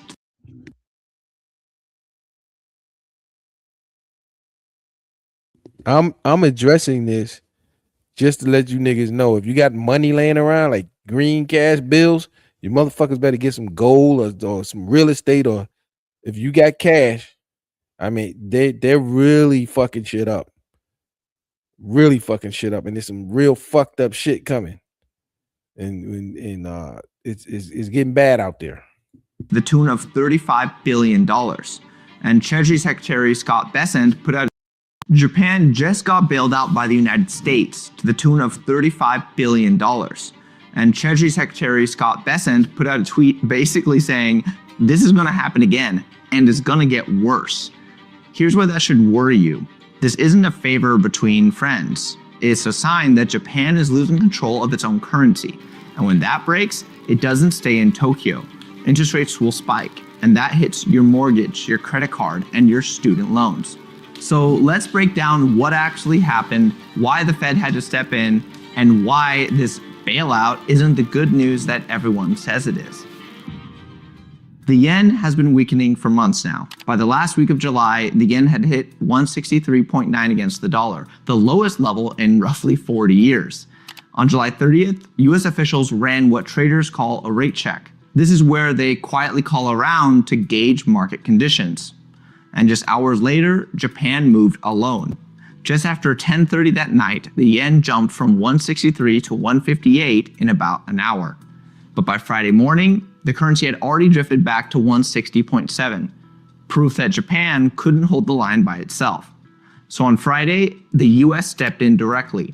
A notepad photographed in front of Bessent at a cabinet meeting in Camp David read, buy yen, 5 to 10 billion. Within hours, the New York Fed executed the plan on the Treasury's behalf, selling euros and buying yen, the first time that the US had joined Japan in defending the yen since 2011. And to add on to this, Japan also intervened, spending about $30 billion. But this time, Japan borrowed the dollars from the Federal Reserve's FEMA repo facility, the first time it had ever done so. Combined with Japan's solo operation from the day before, somewhere around $90 billion moved through the system across 2 days. However, by the end of Friday, the yen had climbed back to 157.5. Japan's finance minister, Satsuki Katayama, said the action addressed what she called excessive volatility in the yen, and she added that Tokyo would not hesitate to intervene again. A few hours later, Bessent posted his own thread, confirming the coordinated action and framing it as the kind of thing that allies do for each other. But this is only something that you do when you're panicking that Japan will sell their $1 trillion stash of treasury bonds. That's the big problem. And I follow these kind of things. And so the treasury's rates are going up. So America doesn't have good credit anymore. So that means it's just like if you got bad credit and you try to get a loan. I got good credit, I'm gonna get the best rate. You got bad credit or medium credit, you're gonna get a higher rate. So the 30-year treasuries rates are escalating. So they didn't bail out Japan because they were our ally. They bailed out Japan because Japan was about to have to dump US treasuries, and we're already having a problem selling them. So they're having to increase the rates. So when they increase the rates, that means our credit card rates go up, mortgage rates go up, and the amount of interest that the government pays on its debt, which is stupendous, goes up too. And it makes the government more broke. So you think Trump stopped fighting the war because just the ammunitions were low and they bombed the fuck out the bases, which is true. Also, America's going broke. He was asking for another $67 billion to continue the war. But when we go put our debt on the markets, because we ain't got the money, so we got to borrow it. When we go put those US treasuries out there on the market to try to get money to fund that war, people ain't buying them. So when ain't nobody buying them, they got to raise the rates to attract capital. So in other words, we broke. We broke. And part of the reason we had to stop fighting the war, amongst other things, is we're broke. Hold up. And I hope y'all, if you're not into this kind of stuff, get into this kind of stuff, because it has an impact on inflation. And inflation means, like, I got a homeboy that lives in Colombia, and he been telling me like it's getting more expensive for him to live in Colombia. So all you passport bros living overseas, as our dollar weakens because they're squandering money, it's going to be more expensive, because you think I'm coming over there with US dollars, I can get rent for $500. No, you're going to be paying $700. Then you're going to be paying $1,000. Then you're going to be paying the same goddamn rent you would have been paying over here. That's what's happening. He keep telling me that like the conversion rate keep just getting less favorable for him down in South America and Colombia. 30-year U.S. Treasury bond has hit its highest level since 2007, as investors remained very worried about inflation and government borrowing. So what does it mean for the state of our economy? Joining me now to discuss this and more, Scott Lincicome, Vice President of General Economics at the Cato Institute, and Greg Ip, the Wall Street Journal's Chief Economics Commentator and Deputy Economics Editor. Okay, Greg, why is this happening, and what does it mean for the average American who is not focused on the bond market? Okay, there's several reasons that long-term interest rates, which is what bond yields are going up. First of all, I think there were a lot of hopes that the Fed could cut interest rates this year, but inflation has been sticky. And with the war in Iran pushing up the price of oil, nobody thinks that's going to happen. So that's one factor. Another is that we have this federal deficit, which is approaching, actually topped $2 trillion this year. The federal debt is approaching $40 trillion. All that borrowing is pushing up interest rates. And the Treasury is now competing with all the companies building AI data centers who have to borrow money for that. So that's pushing up long-term costs. And finally, it's a global phenomenon. You look at Japan. Japan is also seeing rising long-term interest rates. What does that mean for the average family? Well, things like mortgage rates and business borrowing rates, those are all essentially benchmarked to the long-term Treasury yield. So what you're seeing in the bond market is making borrowing more expensive for every business and household out there. Here's what's really interesting to me, Scott. In the early days of the Trump administration, the bond market and bond yields specifically seemed to be the only guardrail for President Trump, right? He even appeared to back down from certain announcements when rates would go up. It seems like that's not the case anymore. Well, he doesn't have as many levers to pull, I think, is one of the issues. When bond markets freaked out after Liberation Day, the president could go and negotiate a bunch of deals and lower the tariffs and exempt a bunch of stuff, and that could cause bond markets to chill out a bit. This time around, well, the tariffs are already lower, and he's not going to get rid of them entirely. Yes, he could end the Iran war, but that's easier said than done, whereas he's learning. And quite frankly, there's no interest in Washington or in the White House to address the debt, and which being driven by profligate spending and a bunch of tax cuts as well. So there aren't any levers that he's at least willing to pull.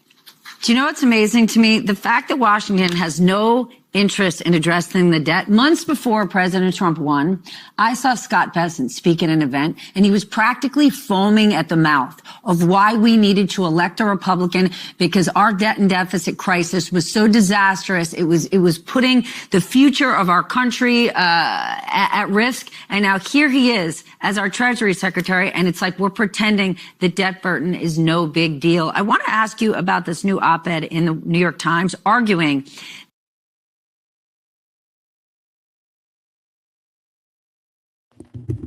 Yeah, man. So the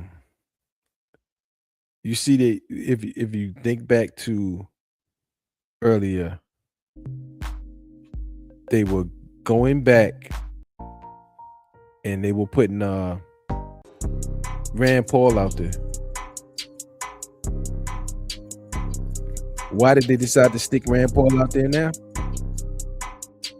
Well, because that Japan situation happened, right? So after the Japan situation happened, then we got our interest rates on our 30-year treasuries going up. That's a signal that when the rates go up, the price of the treasuries go down. So nobody wants to buy them. So they have to keep raising rates to incentivize somebody to want to hold them to get the yield. Nobody wants to hold $1 for 30 years. So we had to intervene, because if $1 trillion or even 100 billion or $500 billion of Japanese U.S. treasury would have got dumped on the market, that would have been catastrophic for us in terms of inflation. So we run into their aid, but it's not to help them, it's to keep us from getting fucked up.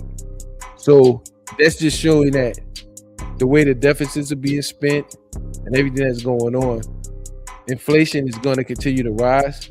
Our currency is going to get weaker.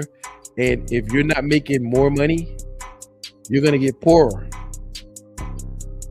And your quality of life is going to continue to be reduced by the mismanagement of our federal government over our currency and our budgets. So the fact that they sticking Rand Paul out there standing in front of Fort Knox telling you that all the gold is there, that means shit is really fucked up. Shit's fucked up. And if you don't know what the fuck's going on, you better get right.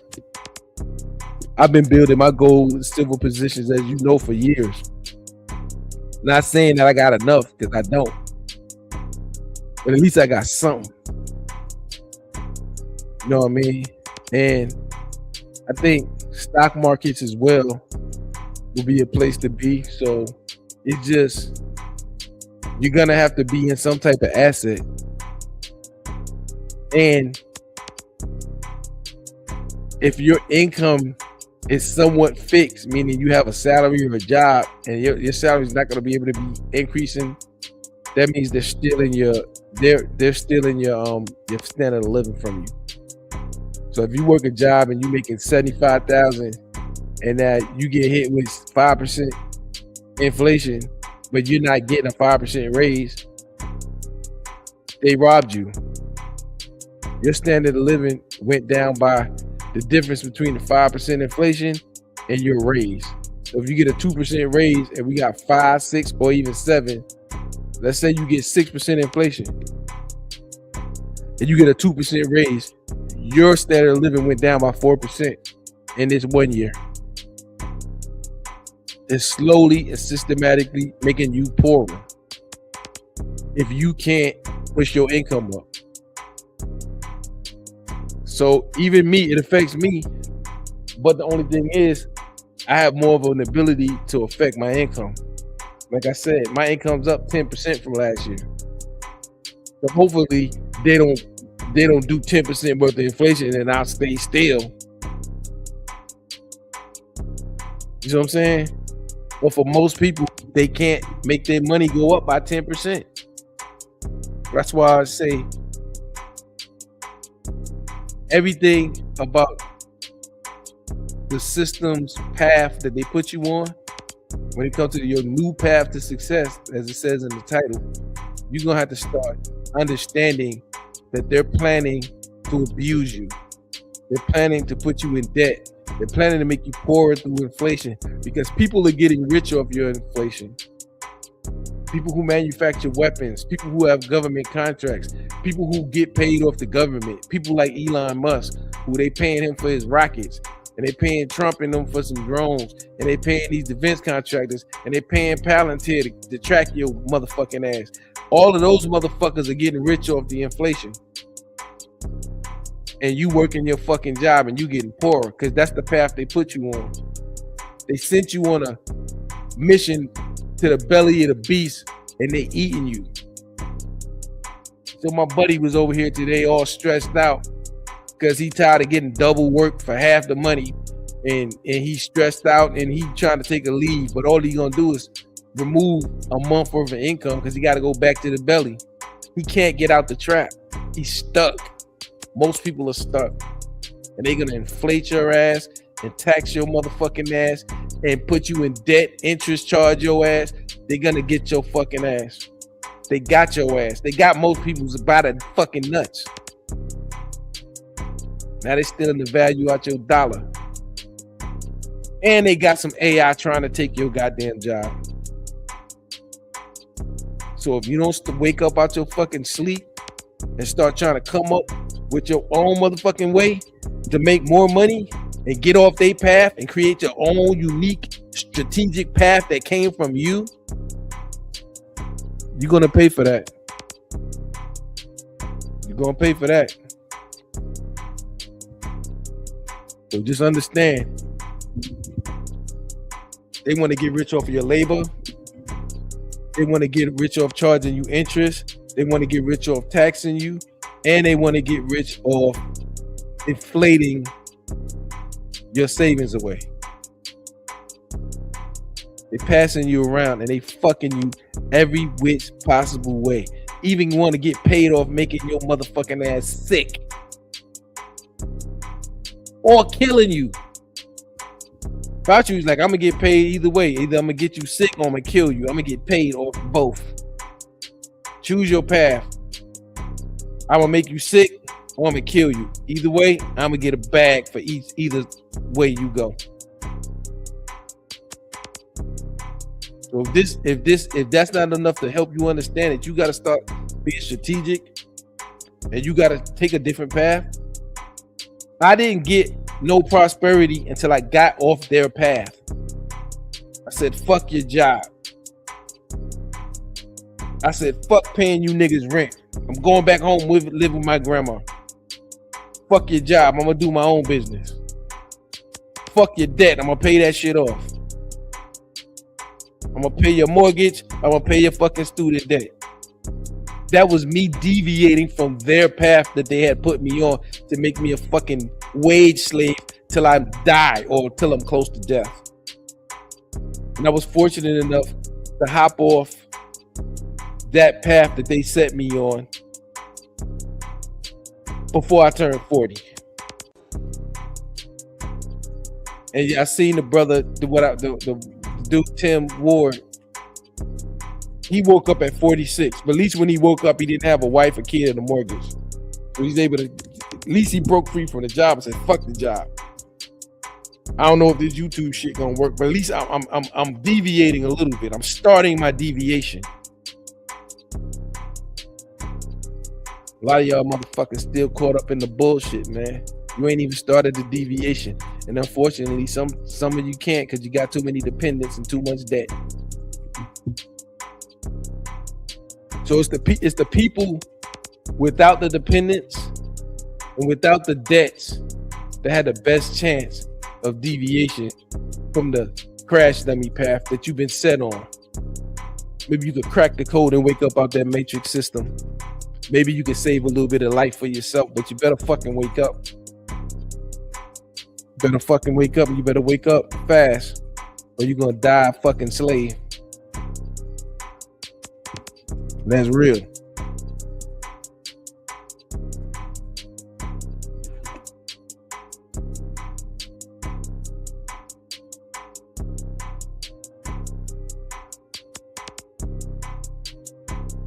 Lord Hybrid is right. When you look at what Lord Hybrid is saying, he's right about all that, really.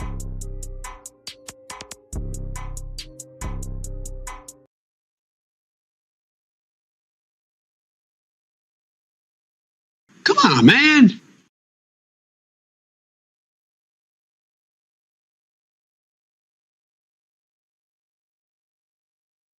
Wait. Is this Hybrid that used to have a YouTube channel from a while back? This Lord Hybrid. Oh, I know this nigga, man. I know.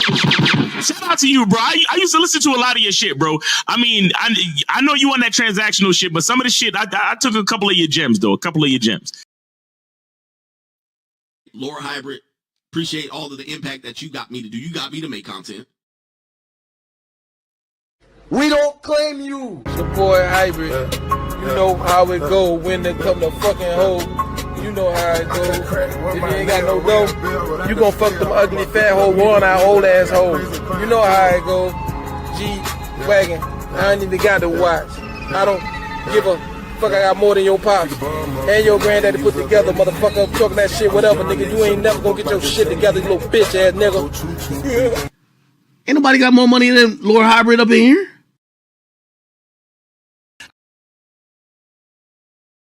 I told you this, nigga. We are better than you niggas.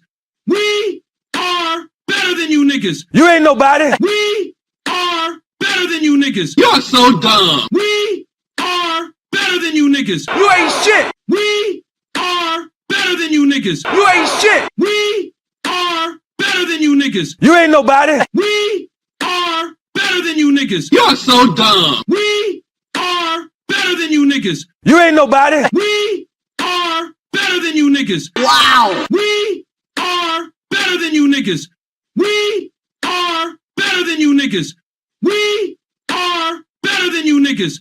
We are better than you niggas. You're so dumb. You ain't nobody. You ain't shit. We don't claim you. SP motherfucking I.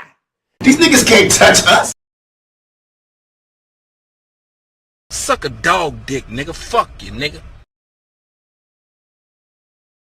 I hate you. I hate you too, little nigga. Because I told you last night don't be fucking smoking if you ain't got my fucking money. I told you that shit last night, right? If you ain't got my money.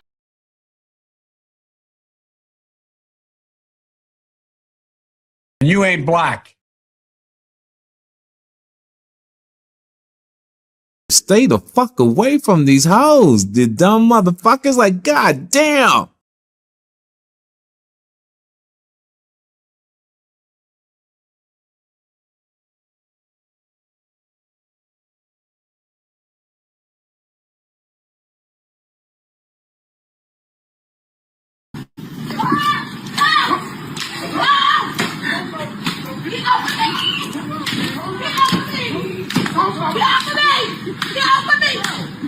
Get